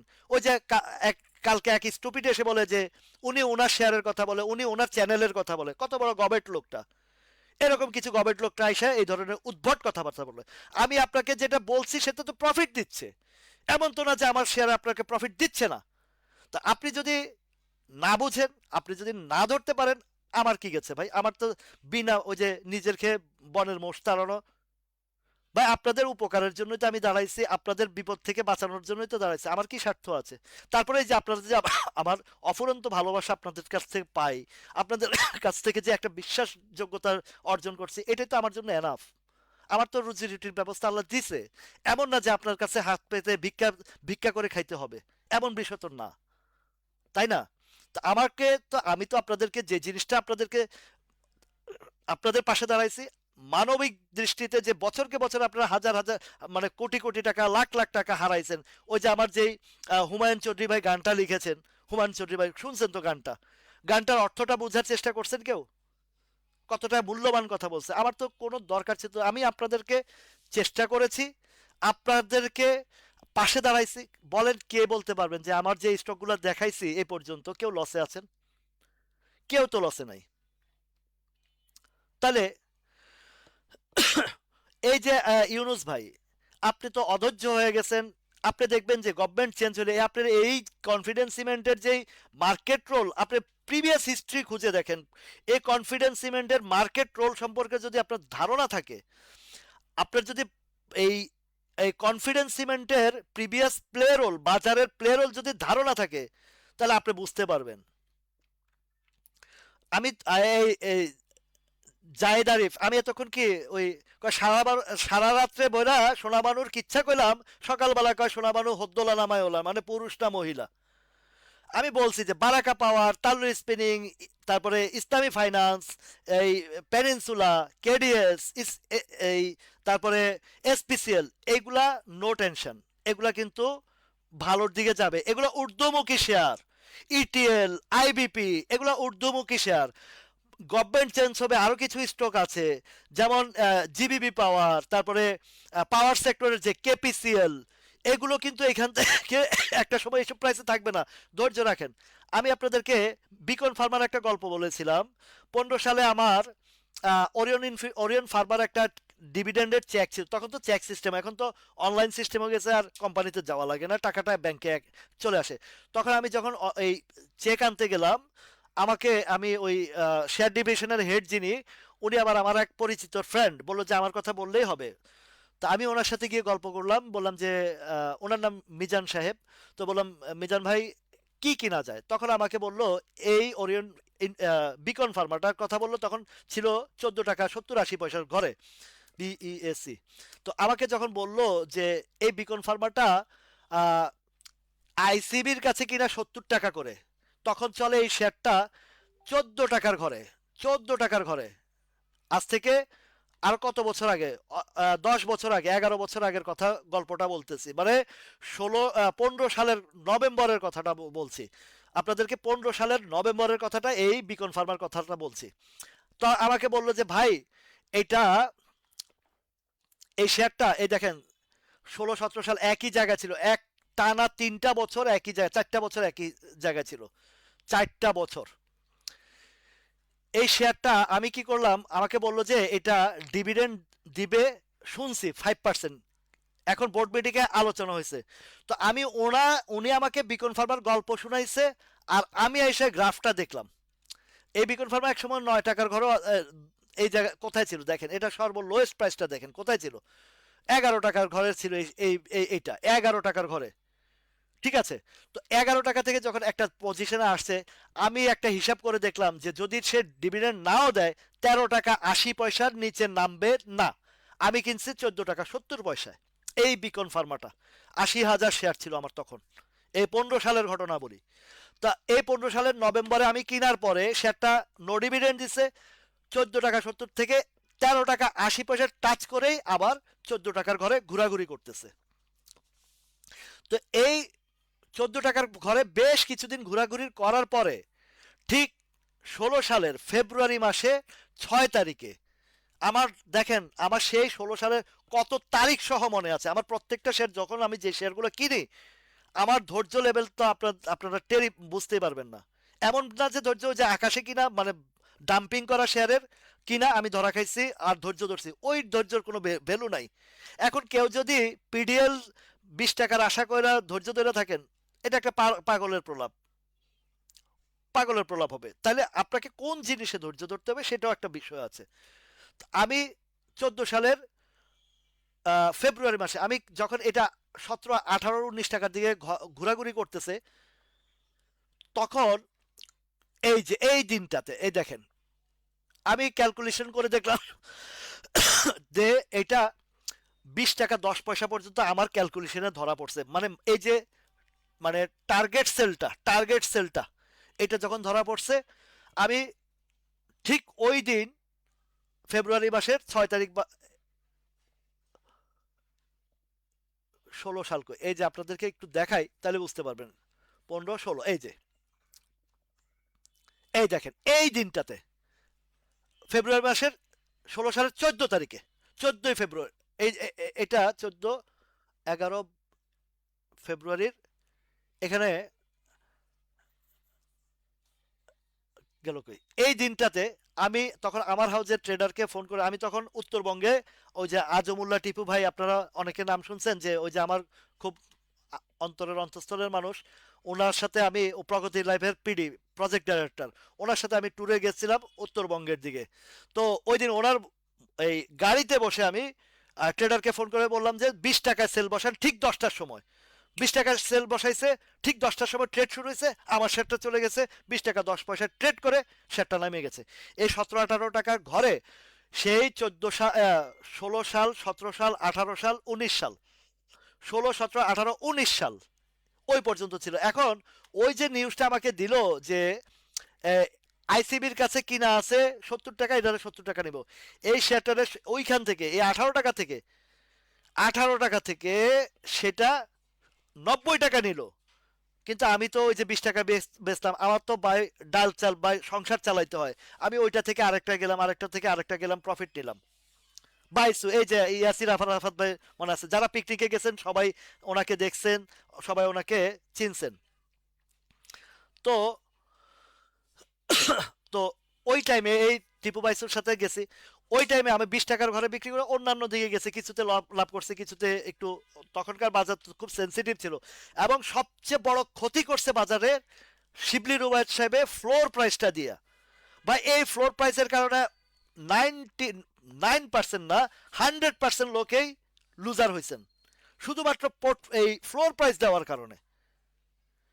এই তাল্লু আজকে আমার কাছে কয় বছর জানেন, 4 বছর যাবত আমার কাছে তাল্লু, 4টা বছর যাবত এখনো পর্যন্ত আমার করে তাল্লু ঝুলছে। আমার এটা শেষ দেখে আমার প্রফিট নিয়ে বের হবো আমি, বুঝে আসছে কথাগুলো। এই যে আজকে টোটাল যে মার্কেটের বিষয়গুলো নিয়ে আলোচনা করছি আপনাদেরকে শিখানোর জন্য, বোঝানোর জন্য হিস্ট্রিগুলো বলছি। প্রত্যেকটা হিস্ট্রি এই বাজার রিলেটেড হিস্ট্রি, প্রত্যেকটা হিস্ট্রি এই বাজার রিলেটেড হিস্ট্রি। আপনাদেরকে কথাগুলো বলি কথাগুলো শোনার জন্য, বাজার বোঝার জন্য, বাজার শেখার জন্য। শুধু স্টকের আলোচনা করে দিলাম, স্টকের আলোচনা করে দিলাম, স্টকের আলোচনা করে দিলাম, পরের দিন গিয়ে খাতায় ফেল, পরীক্ষার খাতায় ফেল। আজ পর্যন্ত এই যে আজকে 7-8 মাস যাবত অক্লান্ত পরিশ্রম করছি, কত গালি খাইছি, কত রকম, এখনো পর্যন্ত আমার বিরুদ্ধে ষড়যন্ত্র চলছে। আমাকে কি থামাইতে পারছে কেউ? কেউ পারে নাই, পারবে না ইনশাল্লাহ। আপনাদের আল্লাহর ইচ্ছা এবং আপনাদের দোয়া ভালোবাসা আমাকে কেউ আটকাইতে পারবে না। আমার শিক্ষামূলক জায়গা থেকে যেই কাজটা করার দরকার ছিল গভর্নমেন্টের, যে কাজটা করার ছিল ইনস্টিটিউটের, যে কাজটা করার ছিল বিএসইসি ডিএসসির, সেই কাজটা আমি আপনাদের জন্য করছি। বুঝে আসছে আপনাদের কথা? তো বাজারকে বোঝার চেষ্টা করুন, বাজারকে শিখার চেষ্টা করুন, তখন গিয়ে আপনি একটা জায়গায় দাঁড়াতে পারবেন। আজকে যে যে ভাইটা আসছে আমার, লিখন ভাই, উনি আসছেন বলছেন যে ভাই আপনাকে লাইভ দেখে দেখে জীবনে তো অনেক কিছুই হারাইছি, অনেক কিছুই দেখলাম, তো সেই জায়গা থেকে আপনার দেখে দেখে টুকটাক করে 1,000 টাকা লাভ পাইছি তাও নিয়ে নেই, 2,000 টাকা লাভ হয়েছে নিয়ে নেই, কোনোভাবে যেন আমার ফান্ড না আটকায়। অত্যন্ত চমৎকার একটা জায়গায় উনি দাঁড়াইছে। এই যে কথাটা বলছে এটা আমার মনটা ভরে গেছে যে না ভাই, আলহামদুলিল্লাহ, আপনার আপনি যে উপকৃত হচ্ছেন এটাই আমার কাছে বেশ আনন্দের, বেশ আনন্দের। আমার সাথে প্রায় 38, 37 আর 4, 41 জন আমার সাথে পার্সোনালি বিজনেস করে, 41 জন পার্সোনালি বিজনেস করে। আলহামদুলিল্লাহ, প্রত্যেকটা কোডে এ পর্যন্ত কেউ বলতে পারবে না একটা স্টকে তার কোনোভাবে স্টপ লস বা লস দিয়ে বিক্রি করছি এমন রেকর্ড নাই এ পর্যন্ত, ইনশাল্লাহ আল্লাহর রহমতে। কম বেশি সবার কোডে প্রফিট এবং সবাই বেশ ভালো অবস্থানে আছেন। এই যে চিন্তা মুক্ত ভাবে আমার কাছে দিয়ে আছেন, কোনো টু শব্দ নাই। ভাই আপনি যেভাবে করবেন সব কিছু আপনার উপরে দায়িত্ব, আপনারটা আপনি করবেন, আপনারটা আপনি পেবেন, আমারটা আমি। ব্যবসার পার্টনারশিপ হিসাবে অংশীদারিত্ব অনুযায়ী আমরা প্রফিট ভাগাভাগি করে নেই। আপনারাও যারা আছেন শিখার জায়গা রাখছি, তবে সাহসিকতার সাথে আমার সাথে যারা আসছেন, আমার সাথে যারা আসছেন, সাহসিকতার সাথে যারা ইনস্ট্যান্ট ডিসিশন নিছেন, তারাই গেনার হয়ে গেছেন। আর যারা মিনমিন মিনমিন করছেন কয়েকজন আছে, এই আমার লাইভ দেখেন কয়েকজন আছেন, আসবেন বলছেন, 54 লাখ টাকার কোড ছিল, মানে পোর্টফোলিও ছিল। আমার সাথে 4-5 মাস আগে যখন কথা বলছেন বিজনেসে আসবেন তখন ছিল 24 লাখ না 23 লাখ টাকা ছিল। তো উনি যখন পরের দিন বাজারে গিয়ে দেখে 58 টাকা বাড়ছে, বলে না ভাই আমি তো সিদ্ধান্ত নিতে পারবো না, আমি তো সেল দিতে পারবো না, আমি তো এই করতে পারবো না, সেই করতে পারবো না। আমি বলছি ওকে, আপনি যে আসতে পারবেন না এটা আমার মানে ড্যাম শিওর হয়ে গেছে, আপনার আসতে পারবেন না। ঠিক 5-4 মাস পরে আমাকে ফোন দিছে, ঠিক 4 মাস পরে আরেকটা নাম্বার, আমি ওটাকে ব্লকই করে দিছি, কারণ আমার একটা জায়গা আছে ভাই। সেটা হচ্ছে আমি এমন একটা মানুষ, আমি কমিটেড, কমিটমেন্ট, এই জায়গা আমার খুবই স্ট্রিক্ট ফরওয়ার্ড। আমার কাছে কোনো বৈষম্যতা নাই, আমার কাছে এখানে বৈষম্যতার জায়গাও নাই। এবং কেউ যদি আমার সাথে কথা দিয়ে কথা না রাখে, কেউ যদি আমার সাথে কোনো কথায় বরখেলাপ করে, কোনো কথায় যদি সে কমিটমেন্ট ঠিক না রাখে, আমি ওই লোককে রাখি না। আমি ওই লোকের থেকে দূরে 100 হাত দূরে চলি, 100 হাত দূরে চলি। যে আমার সাথে কমিটমেন্ট দিয়ে কমিটমেন্ট মানে কথা দিয়ে কথার বরখেলাপ করে, তাকে আমি কোনো সুযোগ দিই নাই। আরো এক ভাই পরে 5 মাস 3 মাস 4 মাস পরে আমাকে অন্য নাম্বার দিয়ে ফোন করে, বলে বলে ভাই আপনার সাথে ব্যবসা করতে চাই। তো বললাম আপনার পোর্টফোলিওর অবস্থা কি? বলে যে 8-9 লাখ টাকা আছে। তো আমি বলছি যে একটু আপনার পোর্টফোলিওটা দেখি একটু দেখান তো। বলে ভাই আপনাকে তো আমি হোয়াটসঅ্যাপে দিচ্ছি, যাচ্ছে না। এই কথা যখন বলছে আমি বলছি যে ভাই আপনি অমুক মাদ্রাসার প্রিন্সিপাল না? বলছি না আপনি অমুক মাদ্রাসার প্রিন্সিপাল? হ্যাঁ ভাই আপনি তো চিনছেন আমাকে। আমি বলি যে 4 মাস আগে আপনার পোর্টফোলিওর কত ছিল? 24 লাখ টাকা ছিল। 54 লাখ টাকার পোর্টফোলিও, 24 লাখ না 23 লাখ টাকা ছিল। আর এখন আপনার কত? বলে যে 8 লাখ টাকা, 9 লাখ টাকা। তাহলে ওই দিন যদি আপনি কথাটা আমার শুনতেন তাহলে কি হইতো? নেক্সট টাইম আমাকে আর ফোন করবেন না, আমি স্ট্রেট মুখের উপরে বলে দিচ্ছি, নেক্সট টাইম আমাকে আর ফোন করবেন না। এরকম আরো একজন আছেন, আমাকে খুব প্রশংসা করতেন, হাওয়া দিতেন। উনিও, আমি সিলেট যখন ভ্রমণে যাই, উনি আমাকে বলছেন যে ভাই আমি আসতেছি আপনার সাথে বিজনেস করবো, 26 লাখ টাকা আছে। আমি বলছি আমি একটু সফরে যাচ্ছি, সফর থেকে এসে আপনার সাথে কথা বলবো। ওই আমি তো লাইভটা তখন ওই ল্যাপটপ নিয়ে গেছি সিলেট থেকেও আপনাদেরকে, আপনাদের পাশ ছাড়ি নাই, আপনাদের হাল আপনাদের থেকে দূরে সরে যাই নাই। আমি সিলেট গিয়েও লাইভ করেছি, আপনারা দেখেছেন জেনেছেন যারা পুরানো আছেন। এই টিপু ভাই, টিপু ভাইরে আমি সিলেট গিয়ে কইছি ভাই পকেটে পয়সা নাই, টাকা দেন বা ব্যবসা তো করেন। টিপু ভাই আমার দাম করে 10,000 টাকা পাঠাই দিছে। পরের দিন 2 দিন পরে কই ভাই টাকা তো শেষ। আবারও 9,800 কত আছিল যা ছিল এই বিকাশে ওইটা পুরাটাই পাঠায় দিছে। এই যে আন্তরিকতা ভালোবাসা থেকে পাঠায় দিছে, কই টাকা শেষ হয়ে গেছে টাকা দেন, পাঠায় দিছে। তো সেই টিপু ভাই তো আমার সাথে চলে আসছে ইনস্ট্যান্ট ডিসিশন নিয়ে। ওই টাইমে পরে আমি যখন সিলেট থেকে আসলাম, ওই জাহাঙ্গীর ভাই সাহেব ওনার নাম, বললাম যে আসেন আমি তো আসছি, এবার আসেন। বলে না ভাই আপনার লাইভ দেখে শিখছি, আপনার লাইভ দেখে অনেক কিছু পড়ছি, এখন আমি নিজে নিজে ব্যবসা করতে পারবো। আমি কি আলহামদুলিল্লাহ, আমি তো চাই এটা, আপনি নিজে নিজে ব্যবসা করেন এটাই তো চাই। তো ওই যে ওই সময় খেয়াল আছে আপনাদের সিটি ব্যাংক বলছিলাম যে তখন 25 টাকার ঘরে বলছিলাম যে 23 টাকা আসবে, 23 টাকা থেকে একটা রান যাবে 28 টাকা পর্যন্ত যাবে, ঠিক ওই রকম। উনি ওই লাইভ থেকে শুনে 6-7-6 লাখ টাকার মতন লাভ করছে। করে পরে যখন আবার আটকা পড়ছে উল্টা পাল্টা নিজে, ওই যে মহাপণ্ডিত হলে যা হয় আর কি, আটকা পড়ছে। এখন আবার হাতে পায়ে ধরছে, রাসেল ভাই আমি আপনার সাথে ব্যবসায় আসবো। আমি বলছি না ভাই আপনি নিজে শিখছেন, নিজেরটা নিজে করেন, আমার সাথে আসার দরকার নাই। কারণ আপনি ফেল করে ফেলছেন আমার পরীক্ষায়, প্রথমেই ফেল করে ফেলছেন। আপনি প্রথমে আমার পরীক্ষায় ফেল। এরপরে অনেক রিকোয়েস্ট করে আসছে, আয়সা আমার এখানে অ্যাকাউন্টও করছে। আমি বলছি যে আগামীকালকে যেটা আছে এটা সেল করে টাকাটা নিয়ে আসেন, অল্প কিছু লস আছে, এটা অসুবিধা নয়, চলে আসেন। এই ওনার ওয়াইফ সহ আসছে, ওয়াইফ সহ আমার হাতে পায়ে ধরে বলছে যে ভাই আপনার কথার বাইরে যাব না, আপনার কথার বাইরে যাব না, আপনি যা বলবেন তাই। তো গেল, পরের দিন আর মোচড় নিয়ে নিছে। আমি তখন বলছি যে ফোন দিয়ে বলছি যে আপনাকে আর আসা প্রয়োজন হবে না, প্লিজ আপনি নিজে নিজে করেন, আমার সাথে আসবেন না। ওনাকে আমি ব্লক করে দিয়েছি, কারণ এই যে একবার না দুইবার না তিনবার হাতে পায়ে ধরে আসছে। তখন যখন আমাকে রিকোয়েস্ট করছে আমি বলছি যে না, যেই লোক বারবার মুনাফিকি করে তাকে সুযোগ দিলে আমারই বিপদ হবে। সুতরাং আমি এইসব জায়গায় খুবই স্ট্রিক্ট মানুষ। আমি যা বলি ওপেন সিক্রেট, এবং যা আছে সামনাসামনি বলে দিই। ভালো লাগলে আসবেন, ভালো না লাগলে আসবেন না। টাকা আপনার, বিজনেস আপনার, আপনি যদি চান আমার সাথে করতে একটা আবার কমিটমেন্ট যদি ঠিক রাখতে পারেন, দ্যাটস ওকে, ওয়েলকাম। আর কমিটমেন্ট যদি না করতে পারেন, পারবেন না। এই যে ফেব্রুয়ারির 1 তারিখের ভিতরে আমার আরো কিছু সিস্টেম আছে, আরো কিছু বিষয় আছে, এগুলো আমি টোটালি আমি যারা যদি কারো ওই মানে কমিটমেন্ট ফুলফিল না করতে পারে ওনাদেরকে আমি এখান থেকে কিছুটা আমি রিলিজ করে দেব, বের করে দেব। কারণ এগুলা এগুলা খুবই সেন্সিটিভ বাজার, এগুলো আমাকে সবসময় পুরা বিজনেস কনসার্নটা এদিকে দিতে হয়। এখানে যারা ডিস্টারবেন্সের মনে হবে আমি তাদেরকে সাইড আউট করে দেব। প্রয়োজন নাই ভাই আমার, কোয়ান্টিটি চাই না আমি, আমি চাই কোয়ালিটি। আমি কোয়ালিটি চাই, কোয়ান্টিটি আমার প্রয়োজন নাই। আমার কোয়ান্টিটি দিয়ে কী করবো যদি কোয়ালিটি না ঠিক থাকে? তো আমার কোয়ালিটি থাকবে, সেটা অল্প কোয়ালিটি থাকবে, অল্প হবে, কোয়ালিটি থাকবে স্ট্রং, সেটা দিয়ে আমি এগিয়ে যাব। আর কোয়ান্টিটি বাড়াবো আর কোয়ান্টিটির জায়গায় কোয়ালিটি দুর্বল থাকবে, সেখানে আমার বিজনেস হবে না। বা যে কোনো কাজে not only for business, my in my life আমি চাই যে আমার কোয়ালিটি সম্পূর্ণ 2 জন থাকলে চলে, 1 জন থাকলে চলে, আর কেউ না থাকলেও আমার চলে, কারণ আমার কোয়ালিটি চাই।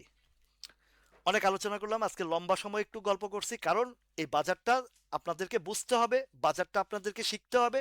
শিখা বুঝার বিকল্প নাই। আইটেম আইটেম আইটেম আইটেম করবেন, কোনো লাভ হবে না, আজীবন আইটেমেই থাকবেন, কিন্তু লাভের জায়গায় ওই আমগো আঞ্চলিক ভাষায় কথা আছে যে হুইতলে ঠ্যাং হিতানো, এটা নোয়াখালীর ভাষায় একটা কথা, হুইতলে ঠ্যাং হিতানো।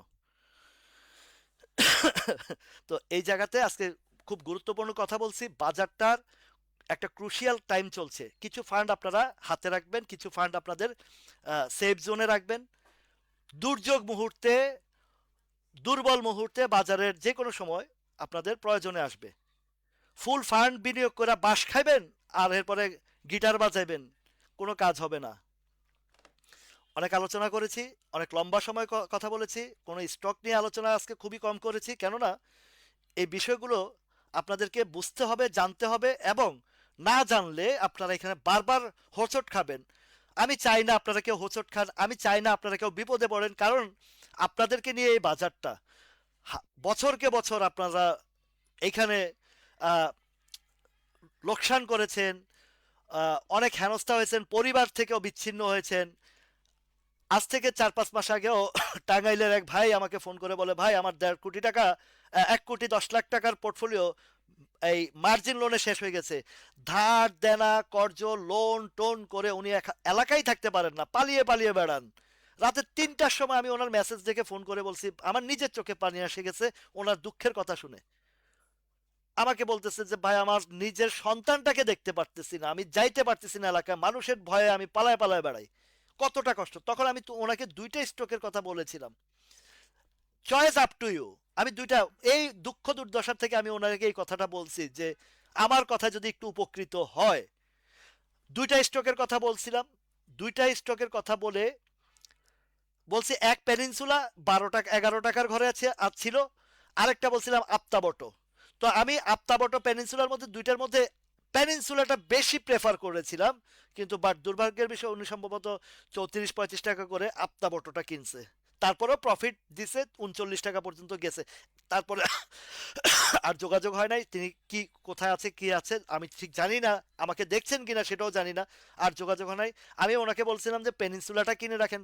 উনি জেড দেখে কিনে নাই, ভয় পাইছে। কিন্তু যদি ওই পেনিনসুলাটা কিন্তু আছে, তার টাকাটা অন্তত অল্প কিছু টাকা ছিল, ওইটা ডাবল হইতো। ও ডাবল হইতো। তো যাই হোক, আপ্তাবটাতেও প্রফিট দিছে, এটাতেও থাকলে আরো ভালো হইতো ওনার। অন্তত সম্ভবত 4-5 লাখ টাকা ছিল, ওই 5 লাখ টাকা তো এখন 10 লাখ হইতো যদি পেনিনসুলাটা কিনতো। যাই হোক, আলোচনা অনেক দীর্ঘ হয়েছে আজকে। আজকে প্রায় আপনাদেরকে আরো আধা ঘন্টা অতিরিক্ত সময় দিয়েছি, কেননা বাজারটা খুব একটা ক্রুশিয়াল টাইম। এই টাইমটাতে আপনারা যদি বাজারকে না বুঝতে পারেন তাহলে কিন্তু আপনারা আবারও বিপদে পড়ে যাবেন।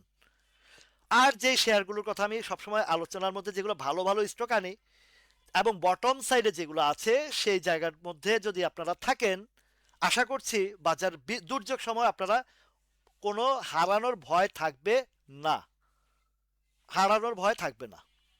সবাই ভালো থাকুন, সুস্থ থাকুন। আল্লাহ হাফেজ।